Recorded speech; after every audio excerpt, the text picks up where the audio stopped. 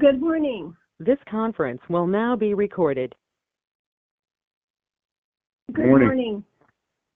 Who do we have on the line, please? This is Tina Pike. Jeremy Webby. Hello there, Jeremy. How are you? Hello, Tina. How you doing? I am doing well. Ready for Christmas? Sorry? Is there John anybody Holly's else? on the line. Hi, John. Hey, how are you? I'm doing well. Got Mark Miller, prosecuting attorney, online. Larry Downs Jr., Freedom Advocate, on the line. Thank you. Mitch Miller, Florida Cabana Sports. Thank you, Mitch. Hello. Who else is on the line? Jamie Malloy. Hello, Jamie. Nice to meet you. I'm sorry.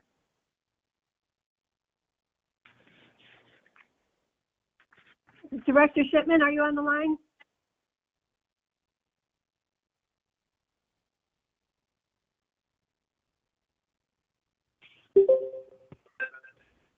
Director Majorly Shipman? Awesome on the line. Hello. Welcome.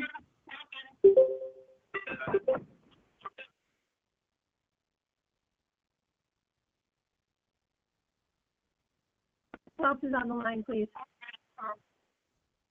Anoop Patel. Larry Mitchell. Hello, Mr. Mitchell. I don't know if you got me, Mark Miller.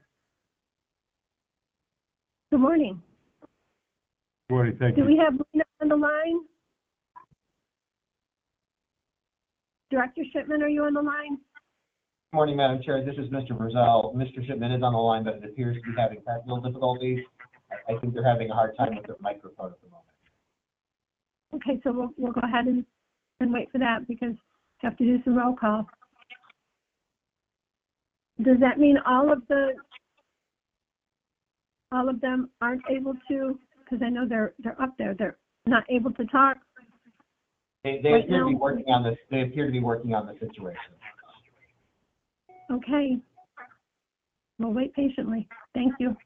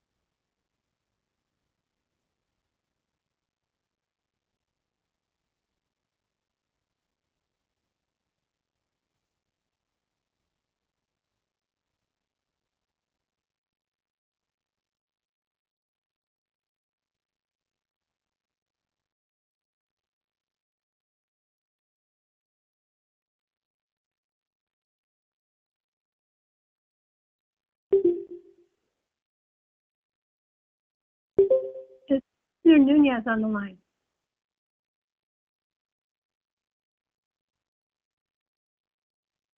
Commissioner Nunez?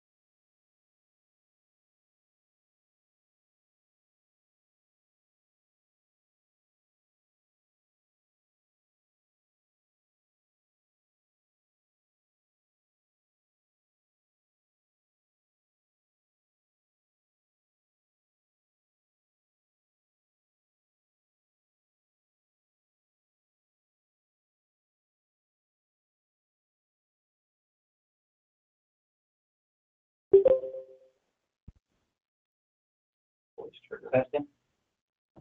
Can you hear us? Hello, how's it going out there? Testing. Can you hear us?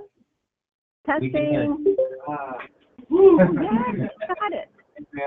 Very Thank good. you. Thank you all for your patience. We appreciate it very much. These things happen. Okay, so Lena, are you there? Yes, ma'am. Are you ready to do a roll call? We'll go ahead and open the meeting. Absolutely. Good morning, Thank you. everyone.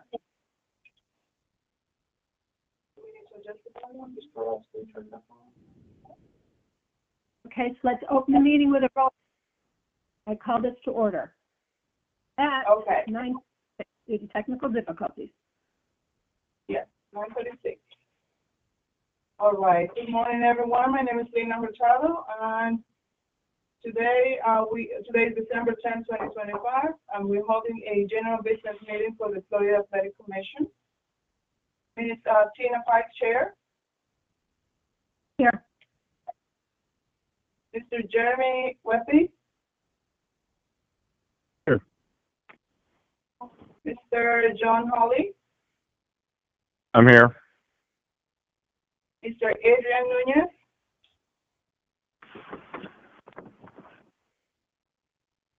Mr. Nunez. Okay, he's here. Dr. Anup Patel. Here. Thank you. Madam Chair, we do have a quorum. Okay, wonderful. So Commissioner Nunez is not present, is correct? He is present. I guess his audio is off, but we did see a Oh, he is raised here. hand. Nunez, yeah. Okay. Thank And you. Madam Chair, if I may, I just want to mention that we also have our Executive Director present, Mr. Timothy Chipman, Assistant Executive Director Greg Pitt. Do we have Mr. Tim Frizzell, our counsel? Yes, he's on the line. I am here. Casey Lawson, Director Designee, is also online. Mr. Mark Miller, also present. Ms. Sandra Castro, I'm here.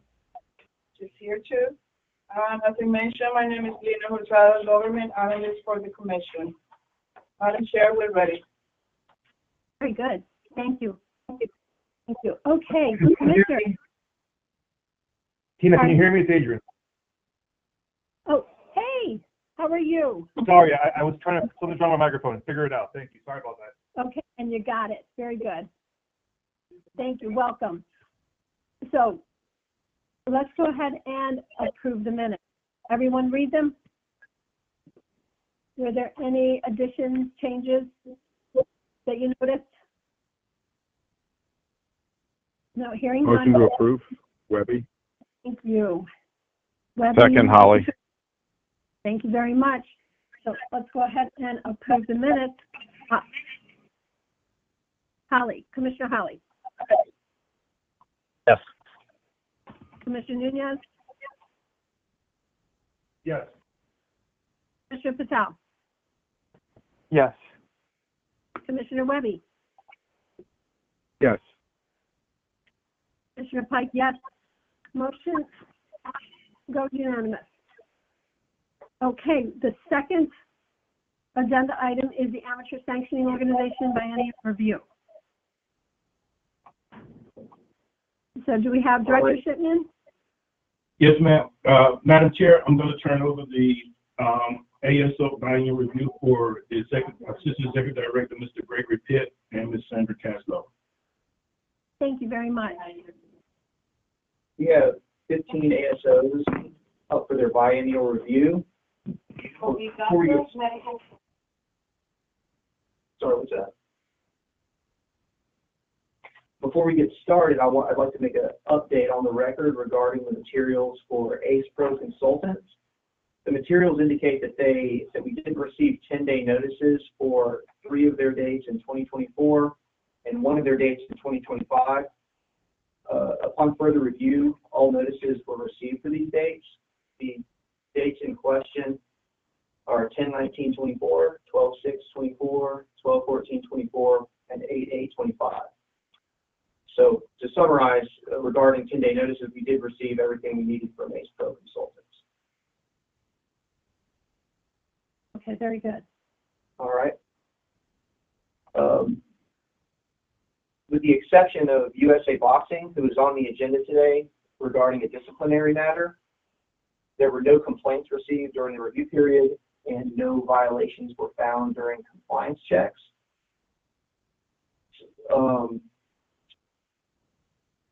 However, 4 of the ASOs up for review have they let their registration lapse with the Division of Corporations. So my recommendation is we provide approval to all the ASOs on the list with the exception of the 4 that allowed their registration with the Division of Corporations to lapse. And we allow those 4 a certain period of time to get up to date with the Division of Corporations. So in other words, with the exception of USA Boxing, who we're going to address later in this meeting, there were no major issues with any of the ASOs up for review. So right now, we're going to go ahead and we're looking for a motion to approve for all of the ASOs except those particular 4. So we'll just motion to approve for the ASOs that are all in compliance. Is Yes, that what and I'm I hearing? can give you the specific, page 9 of the agenda lists each ASO. I can give you the specific numbers that are all, all maintain their registration with the Division of Corporations and that we recommend for approval. And I believe we could approve all those as a group. And those would We be, did last time. That was in the minutes. so the, Okay.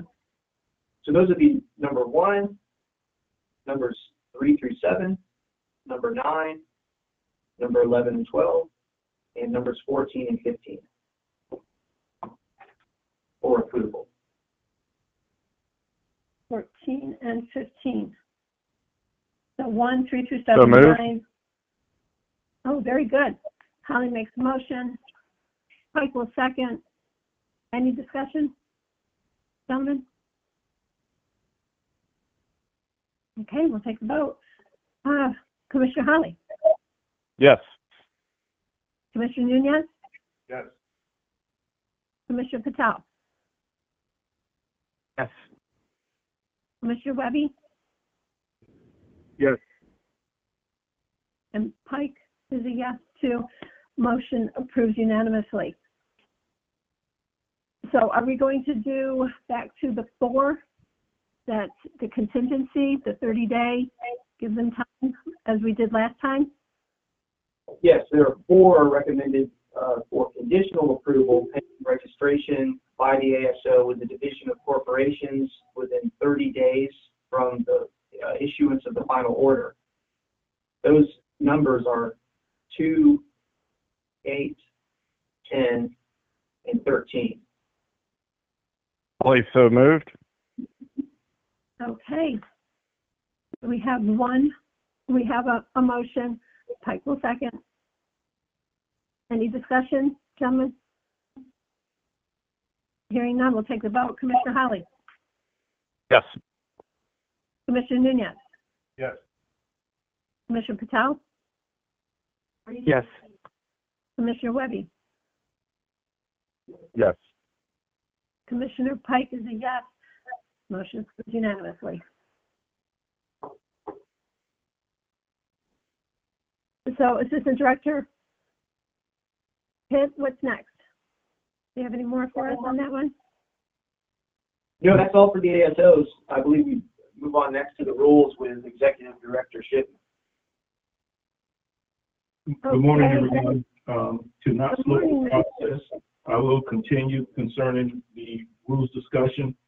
Florida Athletic Commission has been doing cleanup concerning rules that we have that may have some spelling errors or some inaccurate information in them at this time. So I think we will have to get approval for each one of these rules individually. So I will go ahead and start with Rule 61K1 3.003, Executive Director Duties and Responsibilities. That is a spelling error, not a spelling error, but a correction for 1E, where it used to say tentatively. We want to change that to approve. And that is all we have for changes on that specific rule. Okay, so this is page 9. K1 -3.003. Sorry, the page on the packet, please. Page 973, Tina. 973. 973. Yes, ma'am. Thank you.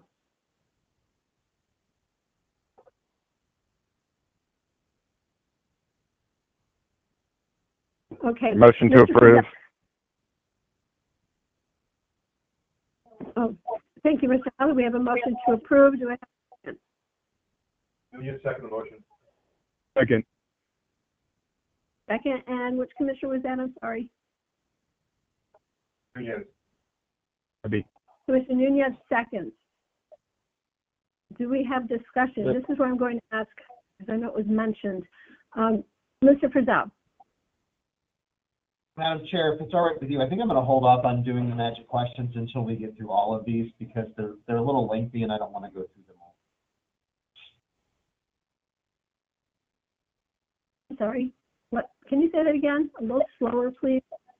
Yes, ma'am, I apologize. I know this would be the time that I normally ask the magic questions, but considering we have a relatively large rule discussion or rule agenda, I would appreciate if we could do this all at the same time and have the questions regarding all of them at the same time, so I only have to ask them.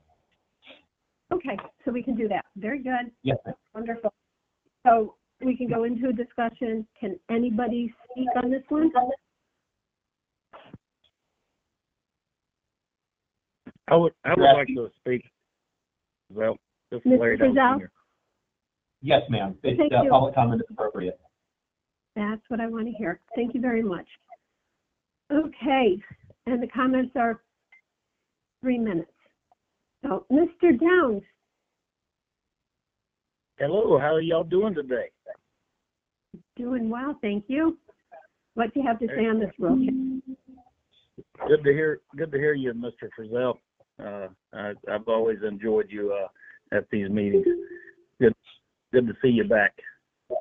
Anyway, yeah, anytime I don't know. I've been busy working, which is what most of us, citizens do while the bureaucrats are out making rule changes and new requirements that the free citizens of Florida and the free state of Florida have to abide by. So, I just want to make sure that anything that y'all change, that it goes along with the free state of Florida. So in other words, if he's talking about tentatively and then must be approved, it's a different situation. I would rather the executive director and the agencies and departments, I would rather them have less authority over the people, and I would rather the free citizens of the state of Florida to have more control and direction over their own lives, so that y'all are not legislating, regimenting every aspect of our lives. Thank you much. Okay, thank you, Mr. Downs. Have anyone else to speak on this matter of this particular rule change? Hearing none. We have a motion on the floor. Let's vote on it. So, Commissioner Howley, Yes. Commissioner Nunez, Yes. Commissioner Patel, Yes. Commissioner Webby, Yes. and Commissioner Pike is a yes too. Motion passes unanimously. Thank you, gentlemen. Okay, Next Madam rule. Chair. Yes, sir. Yes, ma'am. We're going to move to the next rule, 61K1-3.008, judge license and duties. This is an update. 73. Page 974. 974, thank you. For this rule, ma'am, this is gonna be a change in the rule under number 1 concerning first-time applicants for boxing, kickboxing, or mixed martial arts judge license.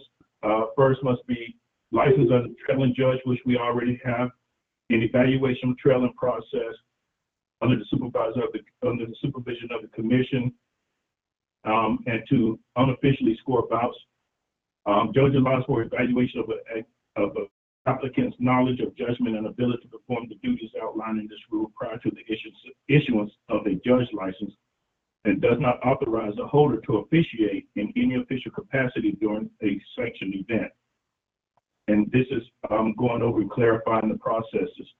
On number 2, an applicant may be issued a judge license after unofficially scoring, which is a change to a minimum of 100 rounds of boxing or 50 rounds of kickboxing or mixed martial arts in the state for a minimum of 12 months as trailing judge, demonstrating during this period that he or she has the ability to perform the duties of the outline of this rule. And the reason that we're requesting this is because with 50 rounds, as the shows are bigger at this time, a trailing judge can attend 50 rounds in 2 fights, and they have no clue of what they're doing without any official training. And this will provide an opportunity to evaluate, so when the license is converted to a official's judge's license, that we are confident that they know what they're doing and not having any problems with making the right scoring, filling out the basic cards, and actually understand what the scoring criteria are. And this is the same thing for the mixed martial arts from an evaluation standpoint. Whenever we're at events and we're collecting the cards for new judges, they have a problem with understanding the scoring criteria and actually being experienced. So if you attend 1 event or 2 events and you have 50 rounds, that's not enough to make sure that, you know, that the fighter is getting what he or she deserves.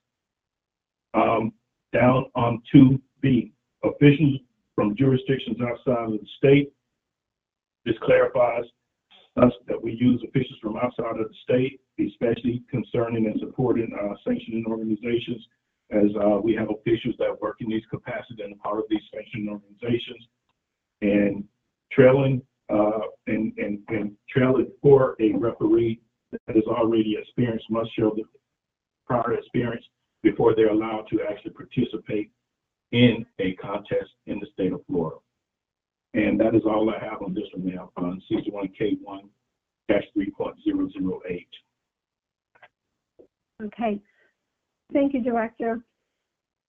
Is there a motion to approve the change of this rule? Madam Chair, this is Mr. Brazel.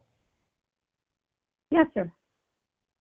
So number 1, there may be public comment on it, but also I just want to point out to the commission, while I'm in full support of the change after discussing this at length with Director Shipman, I will point out that the increase of the scoring rounds from 50 to 100 does represent a regulatory increase and a more stronger burden. So there may be some challenges and there may be some questions that this may be brought back before the commission to have to answer.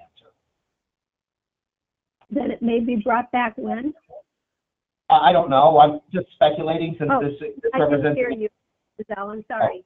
It's okay. I'm just speculating since this represents an increase in regulation, that there may be some questions. It may go through like normal. I'm just anticipating the worst because that's my job. Okay, we appreciate that. Thank you. So can we take a motion, then discussion, or how would you like to do this? How do you see it best to be done? If there's any public comment or any discussion by the commission members, now would be the appropriate time, or a motion to approve. Good. Well, what I would like to ask. Motion to approve. Oh, thank you. He said to go ahead and make a discussion first. Is that correct, Mr. Brazel? You can do a motion if there's a second and then open the floor for discussion. That's perfectly appropriate as well. That's what we usually do. Thank you. We had a motion to approve this rule. Who did that? Was that Holly? Commissioner Holly? That was Jeremy Webby. Motion to approve as Thank you. stated by Okay. Director Shipman. Second. And I didn't hear the second. Who was the second? Mr. Nunez. Thank you very much, Commissioner Nunez. So we can open the floor for discussion. I do have one question right now as I'm listening to it. Director Shipman. Yes, You ma'am. said that we're doubling the amount, correct? Were you finding at 50 that they were not getting enough experience? That is correct, ma'am. That is correct. Go ahead, ma'am. To double. What were you finding, the judges? And it's different. Inconsistencies, can you explain a little bit more as to what made everyone decide in order to really make people safe, the judges understood entirely, you're going to double the amount? Yes, ma'am. But for MMA, it stays the same. However, for boxing, the recommendation to increase those rounds, and in particular for each one of them, a judge that has no experience coming in to score a professional round for a fighter without experience causes undue harm to the fighter or the participant. Therefore, when these judges, they think that, hey, it's good, I can come in and I can do it, not realizing that there's a scoring criteria that you have to understand to be able to judge appropriately. From many of the scorecards that they turn in after they're judging an event, they're not nowhere near or 98% close to what the scoring judges are. Therefore, it does cause a problem to the participants if they are actually put on a card to judge.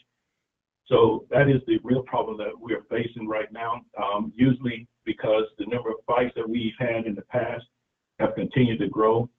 And we were trying to get judges, I guess, assumed through the pipeline to be able to score and judge. However, it is not conducive nor is it fair for the fighter to not get the just that he or she deserves when they're competing at a professional level.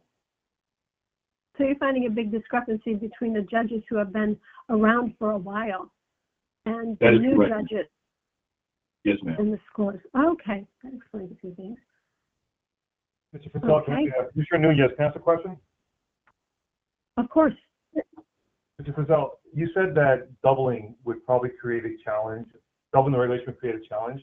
Is there any increase that would not create a challenge, or just going from 50 to 51 can create a possible challenge to it? Yes, in the particular, there has been a strong push towards deregulation over the last several years, and this represents regulation or additional regulation. I believe that this discussion that you're having right now is exactly what you need in order to be able to answer those questions.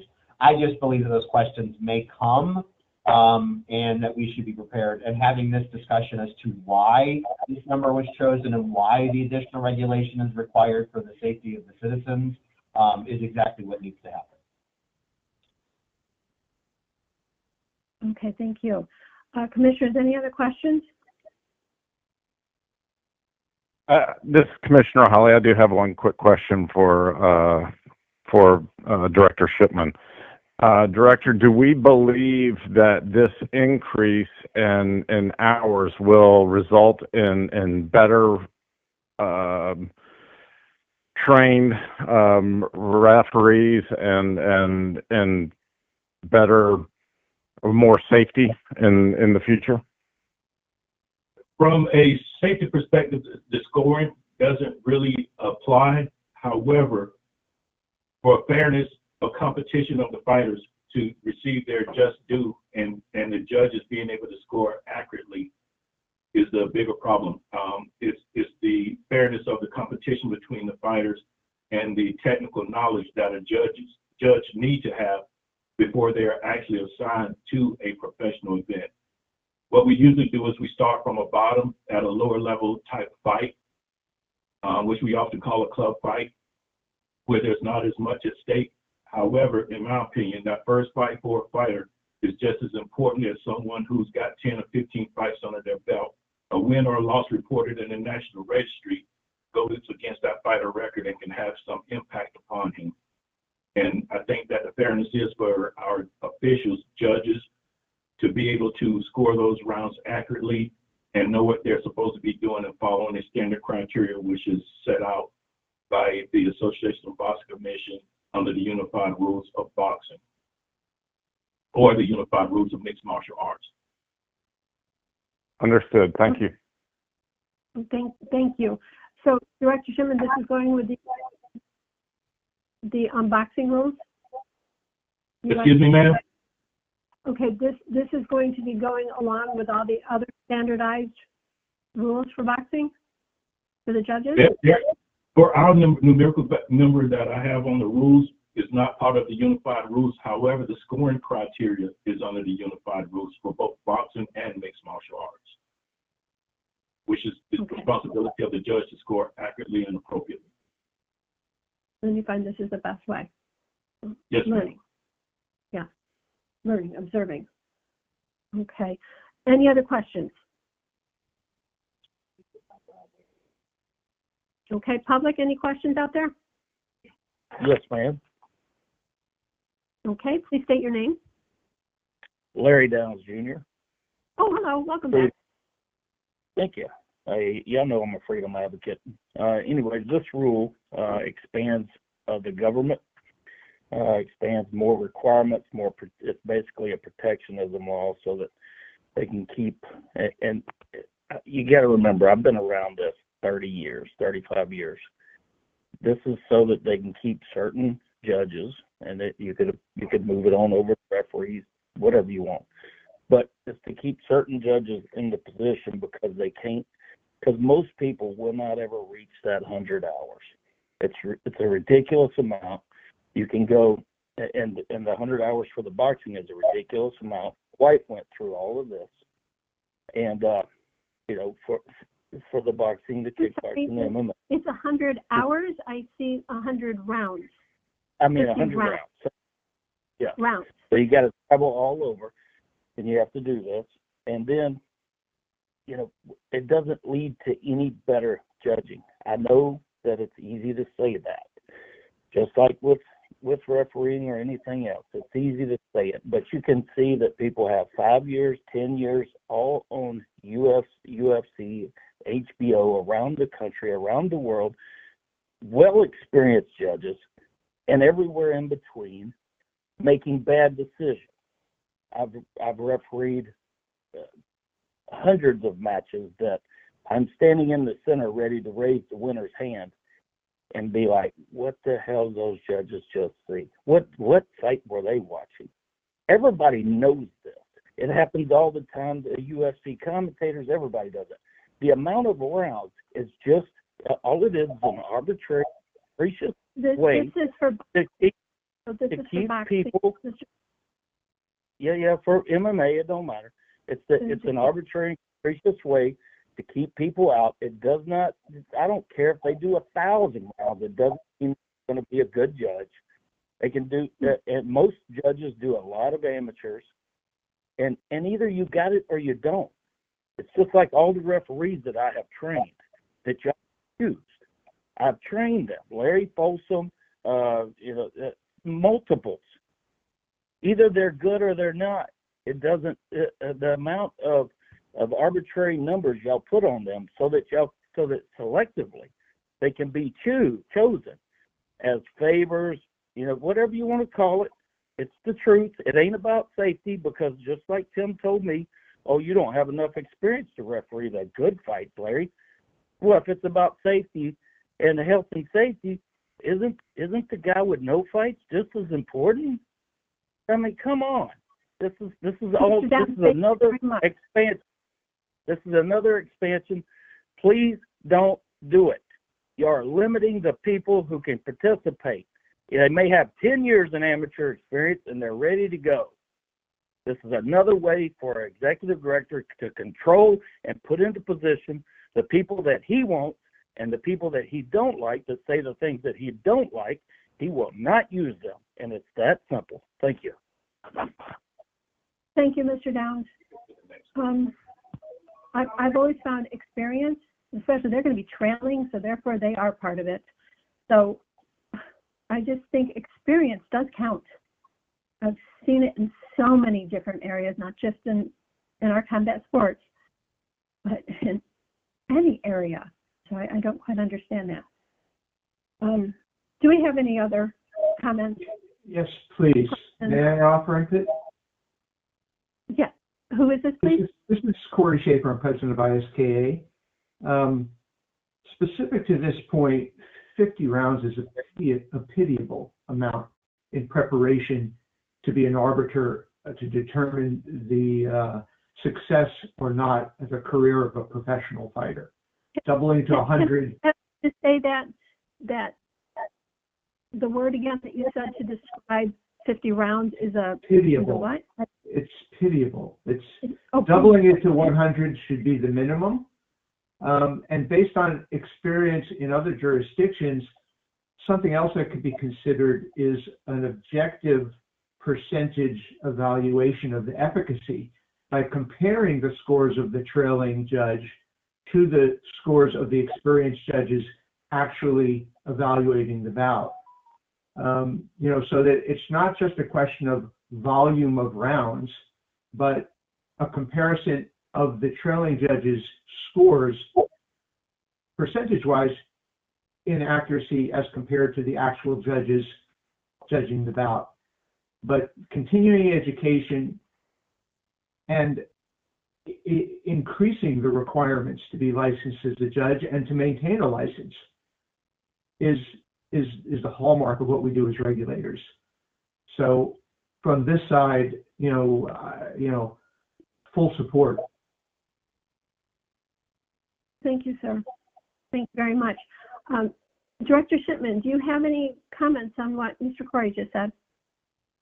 Yes, ma'am. I concur with what Mr. Corey said, and we do actually score whenever we're at a fight as the director, executive director, or designee. Review those scorecards as those judges turn them in, and at the end of the fight of that they're working, we always bring them together and ask them, what did you see that these judges that are actually scoring didn't see?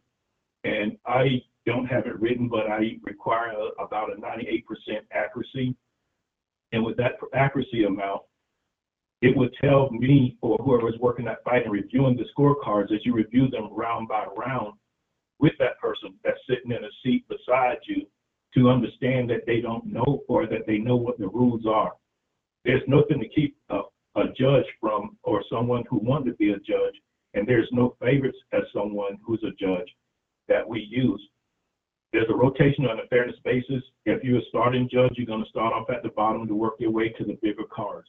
There's no fast pace or fast action to get there, with the exception of your knowledge and responsibility and taking your own career as an official, whether it's judge or referee, into your own hands and attend unified training by organizations as the ABC and getting your certification or your license or moving on. This is not a closed society where you sit down and you think you're going to get in there and you're going to do it because, as I said previously, you only hurt those fighters. And I'm going to say what I said again. No matter if it's that first fight or that 100th fight, that fighter deserves to be scored appropriately. And that's why I have asked for this to go increase. Good. Thank you. Thank you. Do we have any more questions or comments out there? Yes, I have a comment. Can you hear me? Yes, and you are, please? I'm Majorly Awesome. I'm a journalist here in the state of Florida focusing on government accountability. And yes, I'm attending this meeting because there's some regulation involved, like Mr. Frizzell said. So one of my major questions happens to be what scientific analysis was done to assure us that 100 rounds is the appropriate number for this level of excellence? What kind of data did we use to say that 52 is not the exact number of experience you need, or 68 rounds, or how did we come up with the 100 rounds is going to assure us 100% that this judge knows exactly what's going on? Mr. Shipman? Yes. Can you answer that question, please? For information concerning what is the magic number, There is no magic number from experience and actually looking at the scores and judging officials. The first fight or the second fight that a judge's scored, you can kind of tell where they are because they have trailing cards that they turn their cards in. Most judges, as moving from the amateurs to the pro, and they have no idea in many cases because they're not educated. You want to walk off the street and say, I can judge. There's many things that you have to understand when you're talking about judges. So there's no magic number. However, 50 is enough for the athletic commission to assess where those judges are in mixed martial arts, as well as 100 in boxing. So even if you're talking about cutting a regulation and you don't want it, then you're not doing what we're supposed to do for the fighters, which is to be fair to the fighters, regardless of how you feel about the government. So it's all about fairness of the fighter and getting judges into a position so they can judge accordingly. And they are evaluated using scorecards. Some will get it faster than others, but they will still have to do their rounds. Some will get it slower than others, that they will not get the opportunity to judge as fast as they think they are. So let me finish up then, if I could, for Mr. Shipley there. Before this regulation that you're introducing today, and correct me if I'm wrong, the rounds for boxing were also 50? Is that correct? No, that is incorrect. The rounds are 100. Okay, they're 100 now, so you're not changing the boxing to 100. They've always been 100. Previously was 50. Okay, great. So, and I'm guessing that regulation of 50 rounds was probably a policy for years. Am I correct? It was changed some years ago, maybe 4 or 5 years ago. I don't exactly remember when, but it was changed. Okay.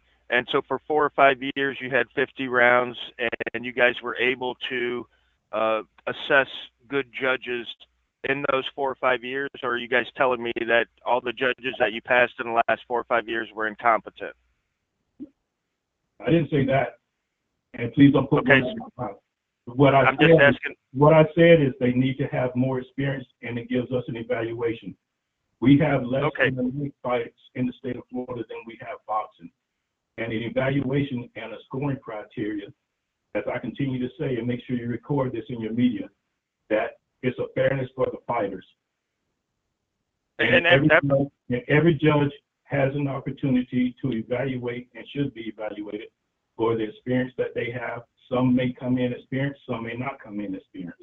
However, it is our responsibility to make sure that these judges that are assigned, and I feel that from experience and from looking at the regulations, not the regulations, but the scorecards that are turned in for each of the sports, this is accurate and better for those who want to work as a judge in the state of Florida.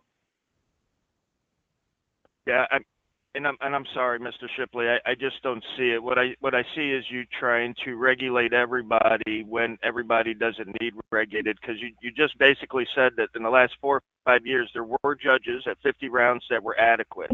Thank you, sir. But what you didn't understand is the rest of the story with what he said. So, comments.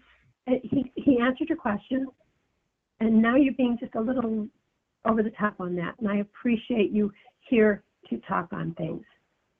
But he did explain it. He explained it well. Yes, he did. I wasn't saying he didn't explain it. Thank you. Is there any other? Yes, there was. I was saying that before I was cut off, but yes, there is another part there. No, I didn't cut you off because I'm going to let you speak. So, please ask something new. And Madam Chair, if I may, we've reached the 3 minutes for the comments. Thank you. Thank you, Lena. No problem. Okay, do we have anything else? Hearing none, let's take the vote. Commissioner Holly? Yes. Commissioner Holly's a yes. Commissioner Nunez? Yes. Commissioner Patel? Yes. Commissioner Webby? Yes. Commissioner Pike's a yes. Motion passes unanimously. Thank you, folks. Okay, the next on the list, Director Shipman. Yes, ma'am. Yes, ma'am. The next rule on the list is 61K1-3.012, referee license and duties. This is an update of the rule, and we're talking about 2A, and it goes, kickboxing or mixed martial arts referees shall submit to the commission a appropriate application form, which is the form that we have, and it's also online, which is incorporated in Rule 61K1-3.001. The FAC form can be obtained from the Department of Business and Professional Regulations, Athletic Commission. All first-time applicants, which is the most important change, all first-time applicants for boxing, kickboxing, or martial arts referee must be licensed as a trailing referee by the executive director. Licensure as a trailing referee allows the evaluation of an applicant's knowledge and ability to perform the duties outlined in the rule prior to the issuance of a referee license, and does not authorize the holder to officiate in any official capacity during a sanctioned event. As it goes down to 2, applicants for a referee license will be permitted to and assigned to the program of matches as a trailing referee. And we go down to, in making trailing referee assignments, the executive director should be cognizant of the relative importance of the match, the number of scheduled rounds, and any other factors that may contribute to the difficult or circumstances for a referee early in his or her career. Number 3, the commission shall make arrangements for trailing referees to enter premises as assigned program of matches free of charge. And number 4, an applicant may be issued a referee license after serving as a trailing referee for a minimum of 12 months and demonstrating in this period that he or she has the ability to perform the duties in this rule. Under B, officials from jurisdictions outside of the state may be licensed as executive director upon demonstrating an ability to perform the duties outlined in this rule. The official's record and ability shall be verified by the executive director prior to issuance of a license. And this is just going back into a clarification of the responsibility of a trailing referee. Referees are pivotal in being responsible for the safety of the fighters inside of the ring or the cage. With being outside of the ring or the cage, even with this time to sit there or to be at the ring and understand and communicate with counterparts, being officials, referees that's working this, it's a work in progress and a learning phase. Even officials that move up from the amateurs to the pro level sometimes have many problems. And this is just clarifying the processes and the procedures for evaluation, not for evaluation, but at a minimum, setting the standards of time for these referees to be acclimatized, have the opportunity to attend professional training so that they can be able to move forward and be professional referees. And this becomes a safety issue concerning referees about getting in the ring or cage and not knowing what is going on. So this is why this is recommended at a minimum, and it does improve health and safety of the fighters because the referees are pivotal in making the right decisions. For some, it would take longer than that. Some other ones, it may take less depending upon their ability and their experience. And that's all I have on that one now. Okay. Thank you, Dr. Shipman. Do we have a motion to approve this rule?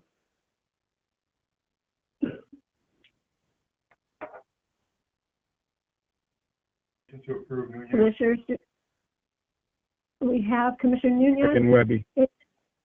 And Commissioner Webby seconds. This opens it up for discussion. So who would like to go first? Anyone want to speak on this rule? Okay, hearing none, let's take the vote. Commissioner I Holly. would if you can hear me. I don't know if you can hear me. Can you hear me? I don't know if you guys can hear me. I can hear you. Major, Okay. Yes, yes, I wanted to comment on this rule and continue my And your name- comment before. I just want to This is me. majorly awesome. Yeah. Yes, majorly awesome. And I just want to make sure this time that when I speak, if others speak over me, my time is stopped, okay? Because last time that 3 minutes was filled about half the time with you guys speaking. So according to the public meeting rules, I get 3 minutes uninterrupted, okay? So let's begin there. Now, with the same with the referee experience, Mr. Shipman just said that some people reach it quicker than others. Would it be fair to say that some referees reach it in 38 rounds instead of 50? Would that be fair to say? Sir, go ahead and use your 3 minutes and then I'll respond. Yes, sir. Thank you. Okay, great.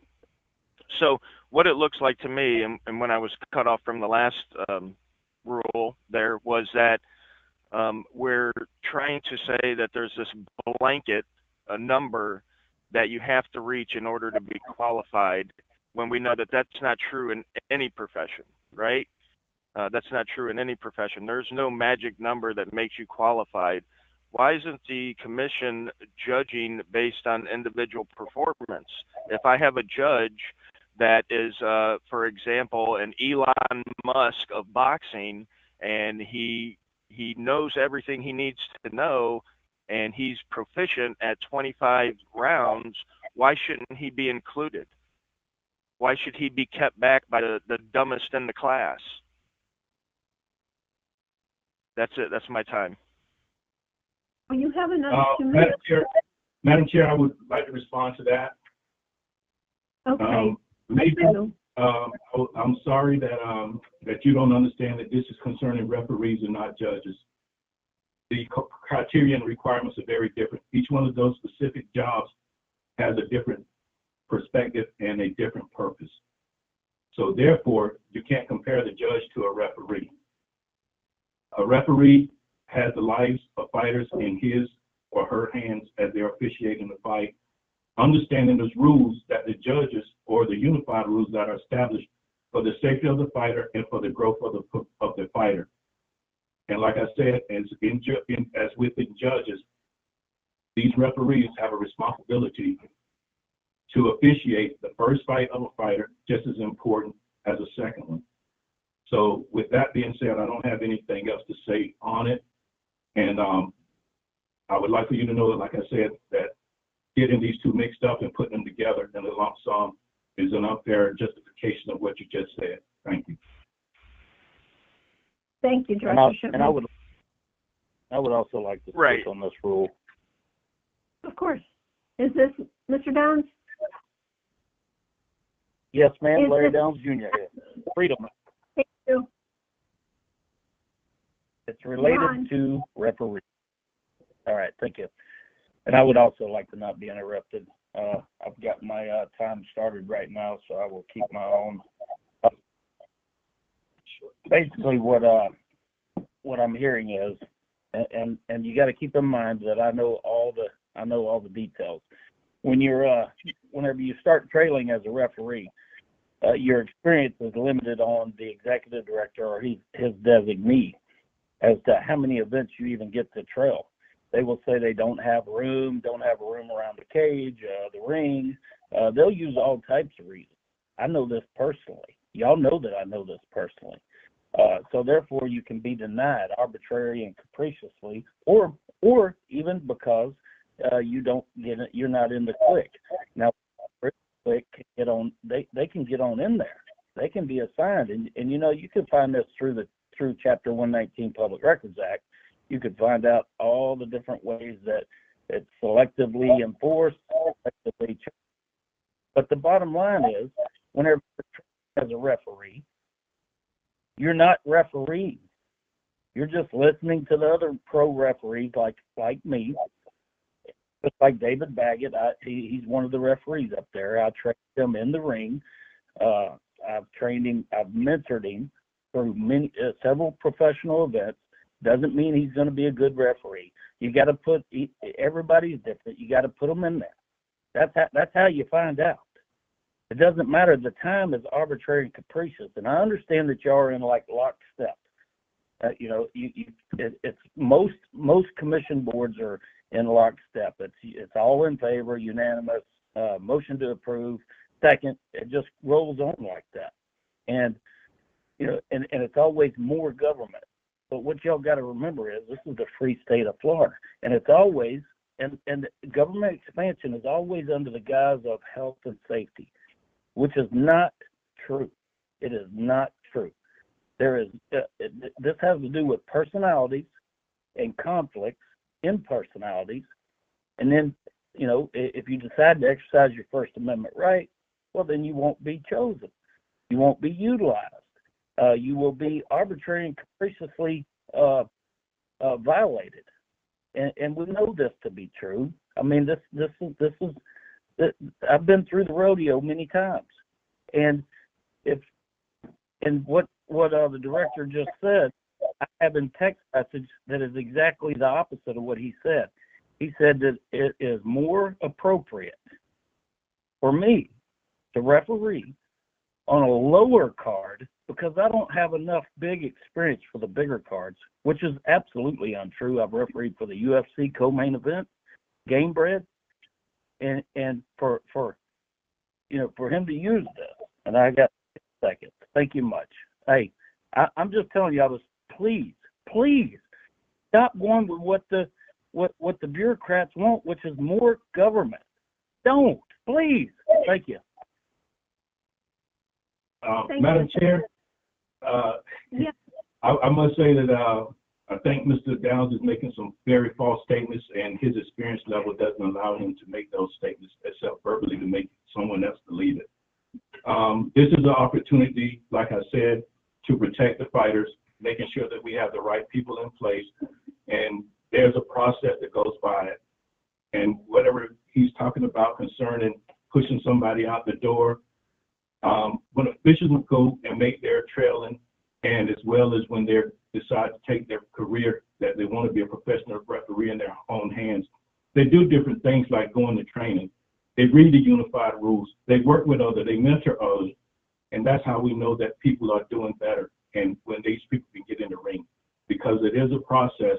It's not a homegrown thing, and it doesn't interfere with the operation from that perspective. However, it is a health and safety reason, particularly for the referees, to be able to know what is going on and know how to make the right call under pressure. So, Director Shipman, how can you tell if they're good or not? How can you tell if their standards are better? How can you tell if they're actually experienced? Is it just by through communication first, with understanding the unified rules, from mentorship through the officials that we have that they have put up with to understand the rules and practice those rules.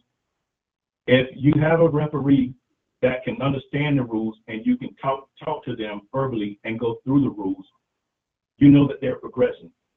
If that referee is put in practice in the ring, well, you can go ahead and talk the talk, but does that mean they're necessarily going to practice it in the ring? No, ma'am. But in between that time and the mentorship and the development, from the first time that official steps in the ring, which may be less than a year, you will know if that referee is ready to go or not. Also, if a referee has been going has been a referee for an extended period of time, and they think they're the best thing since sliced bread, when they start to slip, you can notice the mistakes that they have, which causes problem because they don't feel that they have need to go to training. The rules change, and you must understand how to apply those rules. But there is an opportunity for these guys and girls to go to training. Sometimes I would go down to a gym and I would see a referee workout in a scenario and put these referees through actual scenarios. These are the type of things that is not in the rule. However, those are the things that we do to make sure that the fighter is safe before someone gets in the ring. And it doesn't happen 100% of the time, but it does happen. So it's almost Go ahead. Oh, thank you very much. Were you trying to cut me off? So No, ma'am. I'm just trying to understand in a whole different way of what everybody's saying. So if we're in surgery, for example, we want the most experienced doctor, I would think. So it's kind of sort of like this. We want experienced referees. We want experienced judges. I don't see how that's a bad thing. But could somebody please explain that to me? Why we want good, competent people, which keeps the fighters safe too. Good, competent people. May I offer input? I'm sorry? May I offer input? And you are? My name is Corey Schaefer. I'm president of ISKA. Hello, Corey. Just for context, I've been training referees and judges for the better part of 40 years. Our company, we operate in 61 countries and have operated in almost every state in the United States. I don't see this as an issue of bigger government or even as additional regulation. I see it as the commission fulfilling a primary responsibility by reasonably raising the standard for which someone acquires a licensing and also requiring a continuing education to either be a sole arbiter over the health and safety and fairness of our athletes. Again, I don't see it as bigger government. I don't even see it as additional regulation. I see it as the commission fulfilling a primary responsibility, and I thank them for their efforts. Mr. Corey, that is excellently said. You are the water sprinkler on this fire. Thank you very much for stepping up and giving us comments. So any other comments Yes. for those? Yes, I'm sorry, Ms. Chairwoman. I had majorly awesome again, ma'am. And I want to say, for the record, I don't have an issue with better judges or better referees at all. That's not the point I'm trying to make. What I'm trying to say, and what Mr. Corey just said, is that these regulations that they're implementing now, they should be the minimum standards. So what Corey's telling me basically is that the Florida Athletic Commission has been operating under the minimum standards for years, and it was acceptable. And now today, all of a sudden, it's unacceptable. So I don't understand where that it was acceptable for the last 4 or 5 years, and we had judges, and they did good, right? Because I'm sure the Florida Athletic Commission is not going to say that they approved judges that weren't qualified, right? You guys didn't approve any of those, did you? So everybody that you approved in the last 4 or 5 years under the 50-round limit was good to go. But for some reason, today, all of a sudden, now it's inadequate. Now it has to be 100 to make sure that these guys are good to go. When, 6 months ago, it was 50, right? Did you guys approve any judges in the last 6 months?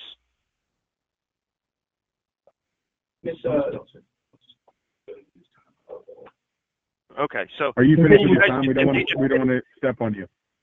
Yes, sir. So why don't you take your 3 minutes and then finish? Yes, sir. So basically what you're saying is you've approved judges and referees over the last year, and that they were adequate under the old standards, but today, now it's a huge health and safety issue, and they got to have these things or else they can't be qualified. But, 2 weeks ago, before this meeting, they were able to be qualified, and they were good to go. But now it's a huge health and safety issue. We need more rounds, right? The judges that we qualified the last 4 or 5 years, they're no good, right? They're no good because they don't have the experience, because they didn't qualify under the 100-round rule. So are we getting rid of all the judges and referees and starting over, or are they, does their rounds since they were qualified last year count towards the 100 rounds now? How exactly is that being worked out? Are you finished, sir? Would you like a response at this point, or did you want to continue?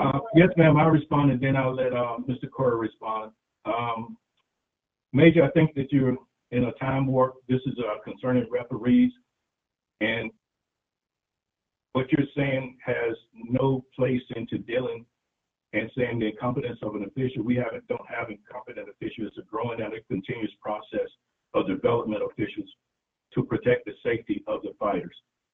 So I just want to clarify that so that hopefully you understand that. And we're talking about the referee. The judge's rule is already done, and I'll open it up to Mr. Corey Schaefer for response. Well, respectfully, yes, ma'am. Respectfully, I would also appreciate that you don't put words in my mouth.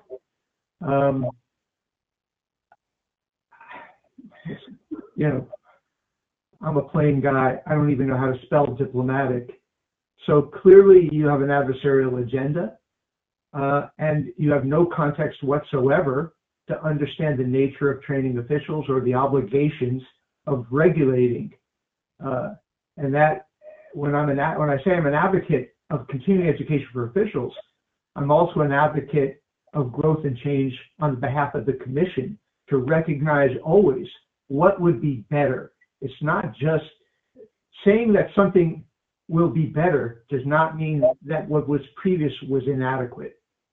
We are all committed to growth. We're all committed to change.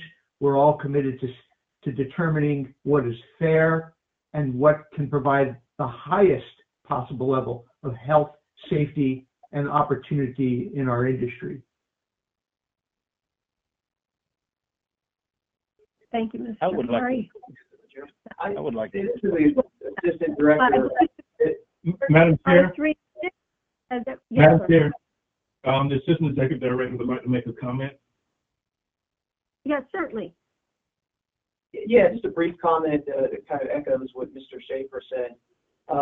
You know, one of our duties actually in this office is to periodically review our rules. So we're always looking at the rules, and based on several factors, including experience and in the field experience, we're just always looking to improve the rules. That may, that may involve what you might categorize as increased regulation. It might involve decreased regulation if we have a requirement that, through experience we determine, that maybe that doesn't make sense.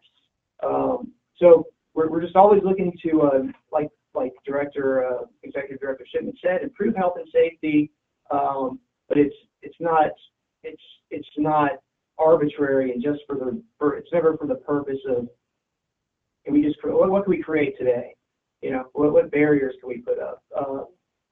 We strike this delicate balance between health and safety, and at the same time, promoting business in Florida and doing everything we can to just continue improving professional and amateur combative sports in the state. Thank you. Hear, hear. Well said. Have we all had our 3 minutes out there? Everyone who wanted to speak? A few more have had more minutes than me. I would like to just address. This is Larry Downs. You had several minutes. Anybody keeping track there? Let me see. I guess you didn't use your last 3 minutes, so let's give you a minute and a half. How's that? Okay. Will that do it, Larry? Yes, ma'am. That will do it. Thank you. Okay. Yeah. Please go. Mr. Corey Schaefer, and I'm not putting any words in his mouth. We've been through this back in 2010, 11, 12, 13. Same thing. It's, we can have, there's a thing called too much regulation. Too much regulation. And it's not, in my opinion, it is not designed for competence. It is not designed for competence. It is designed for select placement of certain officials. And I've watched this, and I know that y'all can, that some can argue, but the text messages don't lie, the emails don't. And I would not say something that was fraudulent without having either a text message, a videotape, or an email to back it up. And I think y'all know me well enough to know that. So I'm just begging y'all to stop listening to these people, these men and women. They're not guys and gals. These men and women who want more control over them. It's the only reason they do is because they benefit from it. Freedom is not the enemy. and they use it under the guise of health and safety, and it's not representative of basic principles of liberty. Thank you much. Bye. Thank you, Mr. Downs. Thank you. Madam Chair, I see, Mr. Corey has his, raised hand. I'm sorry, Mr. Corey wants to speak? I'm sorry, I didn't hear you. Yeah, yes, please, only because he's addressed it to me directly. I don't see this Okay, I don't see this as a function of freedom. I see it as a function of responsibility. You know, my organization, we're responsible for assigning thousands of officials per year to events, and I can tell you that there's a sole motivation, and that is to put the very best referee available and the very best judges available, because it's the right thing to do, but also because it serves ISKA's interests. Because certainly, I think something that I share with all regulators is that on Sunday after the event, we want the fighters, the fans, and the media talking about the fights and not the officials. You know, like I said, you know, we're talking about the regulation that is required because we have athletes who are, you know, who are pursuing victory by damaging their opponents through strikes. That describes the sports, and that should describe the responsibility we have to continually focus on raising the bar for our referees, our judges, our inspectors, our doctors, and those that supervise them. Again, well said. Thank you very much for speaking up. Anyone else? Okay, hearing none, let's take that vote. Commissioner Holly? Yes. Commissioner Nunez? Yes. Commissioner Patel? Yes. Commissioner Webby? Yes. Commissioner Pike is a yes, and it passes unanimously. Thank you very much, folks, for all the questions, comments. I think we learned quite a bit there. We appreciate it. Director Shipman, next on the list. Yes, ma'am. The next rule is 61K1-3.027, weight classes for boxing, kickboxing, and mixed martial arts. This change is submitted to actually coincide with the unified rule of boxing, kickboxing, and mixed martial arts under the Association of Boxing Commission. I recommend that this change be occur because it helps in many ways for fighters going from state to state. We're not just a single state. Our fighters go out of state. We have fighters come in state. Therefore, consistency in the weight classes eliminates a lot of the weight cutting if someone goes to another state or come out of state and we don't have a unified rule concerning that weight classification. With someone cutting weight, they can't perform at their best even the day after because it takes time for the body to hydrate. Therefore, under the unified rules of boxing, these are the weight and the weight differentials that I'm putting forward to better help our fighters in Florida going to another state for consistency so they know where they have to cut and cut weight appropriately if needed, as well as for those people that's coming out of state and actually coming to our state to do what they need to do, which is most of them performing their job. For those of you who don't know, in many cases, if a fighter loses, doesn't make the weight because they are given a certain amount of time to cut weight, they are there's a penalty which their opponents receive money out of their purse concerning that. So I think this is a safety issue and also an economical issue for those people who come and put their lives out to entertain us, for us to be fair and use the unified rules.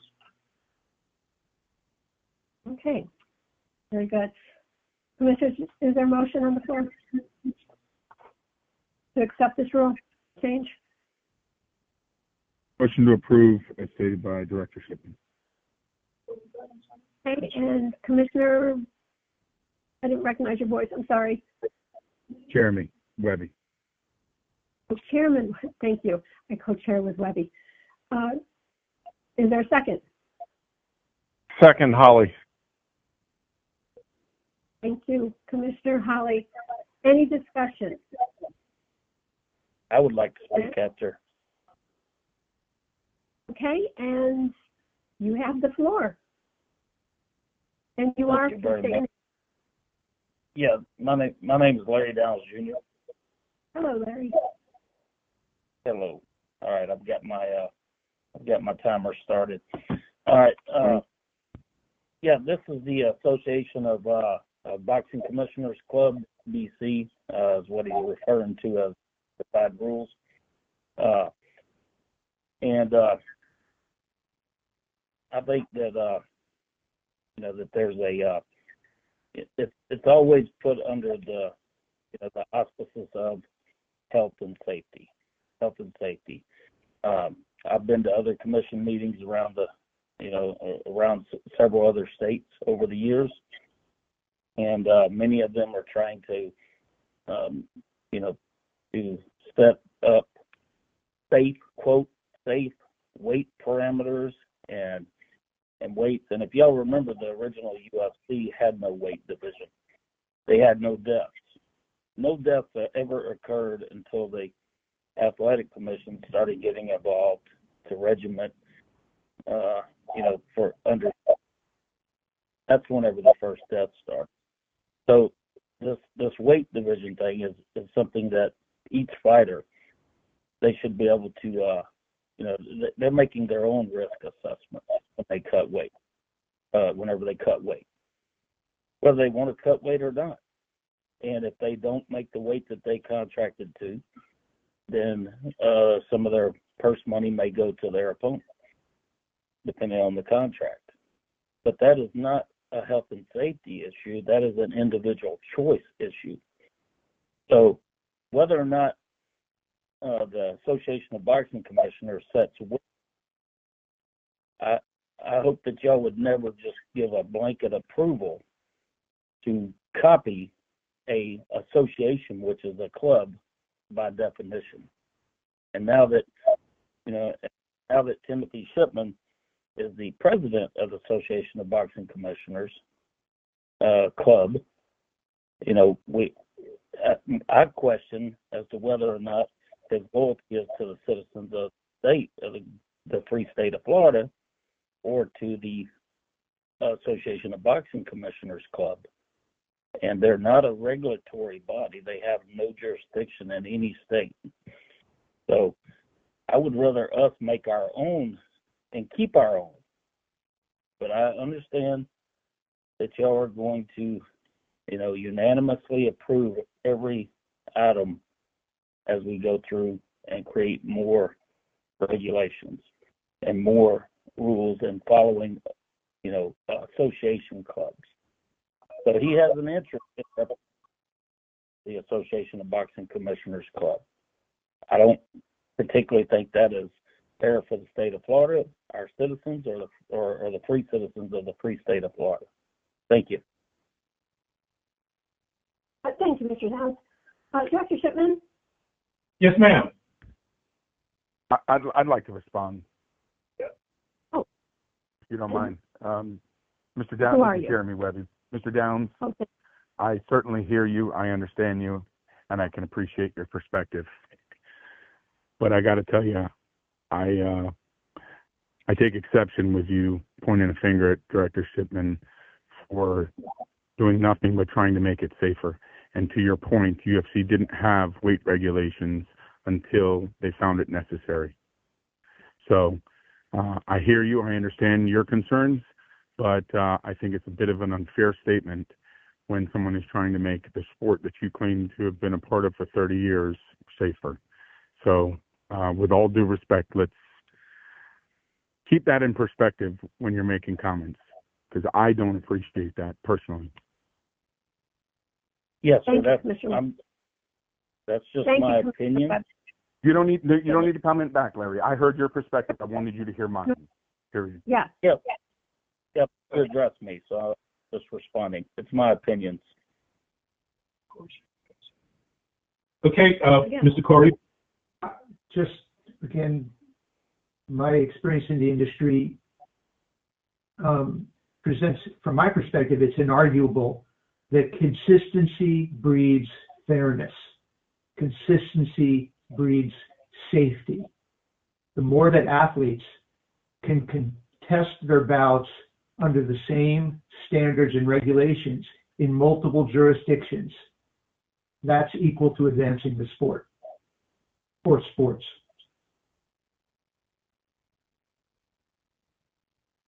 Thank Okay. you very much. Madam Chair, only thing I have to say concerning this and accusations against Mr. Larry Downs Jr. is that there are accusations without him having a clear understanding of growth of the sport, and our athletes go out of the state of Florida and compete as well as others come in. As Mr. Schaefer said, it's a matter of consistency, which goes back into the safety of the fighters with the weight classes, and there's nothing else outside of that concern. Yes, I am the president of the Association of Boxing Commission. I do that on my free time. For those of you who don't know, it's not a paid position, but I'm in a position where I work. I don't have any kids at home or other things to do. So what I do in my free time is my personal business, and it has no impact on the Florida Athletic Commission. However, it does breed consistency and technical knowledge from around the world and the United States to protect the fighters with an open mind, not sitting up in a corner and having your eyes closed in a blind spot and spewing a bunch of bull crap. That's all I have, ma'am. Well, that's what I do in my. Hey, excuse me, Mr. Downs, this does not require a response. Please, you have been so good for the most part up until now. Thank you, sir. Is there any other comments, questions? If not, let's take a vote. Commissioner Holly. Yes. Commissioner Nunez. Yes.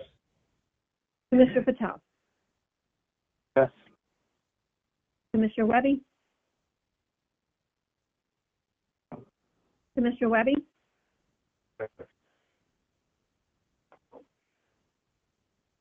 Commissioner Webby, are you there?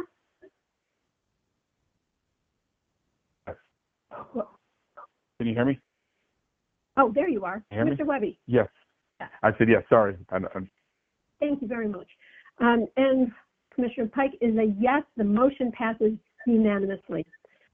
Thank you very much. And next on the agenda, Director. Yes, ma'am. The next one, the next rule, the next rule, ma'am, we have is 61K1-3.030, boxing and kickboxing bandages and hand wraps. And in particular, for this one, on A, it's a direct change concerning bandages and hand wraps are required and shall be restricted to a single weave cotton gauze that is less than 5 yards. And within the one for boxing, kickboxing, we want to make the change from wearing 8-ounce gloves at the 148 and above. And like I said, as I said previously, this puts the state of Florida in conjunction with the other states and the unified rules of boxing. This is very important in many aspects for consistency and fighters knowing what type of gloves they're going to be in. And also fighters in the professional field, they have professional gloves made for them with logos and things of this nature from sponsorships. And without a consistency, someone would come from the state of Florida and they would have to require to be wearing a different size gloves and vice versa. Therefore, under the rules of 147, there's consistency so these fighters know what they can do, provide their sponsorship, feel comfort in knowing what they're going to fight in, and also provide an opportunity for growth in their income for entertaining us. The only other caveat is unless agreed upon by participants and participants don't agree on a specific glove, which is always sealed when they come to the commission, then they will wear the gloves provided by the promoter. And that's it for that rule now. Thank you, sir. Is there a motion? Do we have a motion to approve the rule change? Motion to approve. Holly, second, Webby.